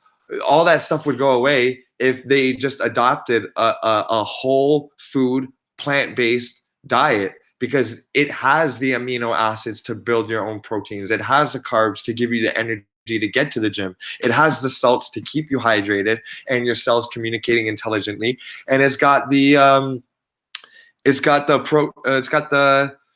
fat, salt, protein. It's got the water in it that's going to keep you vibrating and keep you resonating on a high level. So for everybody out there, I mean, no question about it, whole food, plant-based diet's the way to go. And you know, I'm about to wrap this up. I gotta go sort my daughter out, you know, get her to bed and everything like that. But so yeah, we can close out, bro, if there's anything that you want to say. No, I don't have nothing too long-winded to say other than thanks for having me. I love y'all, everybody out there in the chat room. Keep doing what you're doing, my brother Masterpiece. And make sure everybody subscribe, man. Hit that like button. And I'll see y'all next time. Appreciate it, my brother Masterpiece. I'm going to get on up out of here. I'll catch you next time you're doing your stream or whatever. Do your thing. Thanks for coming through. I really do appreciate that. You always keep me on point. And let me just get into the chat. Thanks to everybody. I mean, there's too many people to name. You know, the usuals, MJ Givens and the Inquisitive Bunnies, Everything's Love, and Missile Only, all of that. MJ Givens, you should have been had a wrench. So everybody out there that donated the super chats, the last one I got was Mind's Eye. They said they get hooked on muscle growing, especially the transgenders. You know, and you know, yeah, like I said before, it's a mental thing, and hopefully, you know, they can grow up out of that. So yeah, y'all, I hope you enjoyed this stream today about topical poisons and what we can do to find alternative, safe, simple, eco-friendly ingredients for our hair, teeth, skin, and especially for our babies. You know what I mean? Especially for the babies. If you got babies and you're wondering what kind of wipes you should use, hey, water and lavender oil, a little bit of almond oil, coconut oil, and lavender or rose oil, hey, that's all you need. Whenever my daughter had anything going on down there, maybe it's been too long since we showered her or whatever, and she would get sensitive and red in those areas, the lavender and the almond oil, one night and it's gone. The next day it's perfectly restored. The pH balance is back. No more pain. So please look into all the natural things that you can do and replace in your homes for you and your families, especially the children and especially people with ailments. So I'm gonna salute everybody out there. Can I touch on magnetic water next time? Well, water is always magnetic no matter what. Okay, that's why when you're in the shower or when you're looking out your window on a rainy day, you see two droplets of water get close and then suddenly they just snap together like two magnets. It's always magnetized. That's why we call Mary Magdalene. Okay, Mary, Mar for water, and Magdalene, mag as in magnet, the magnetic waters. The sun was born, the light was born out of the magnetic waters that me and Bro Sanchez always talk about with electromagnetism.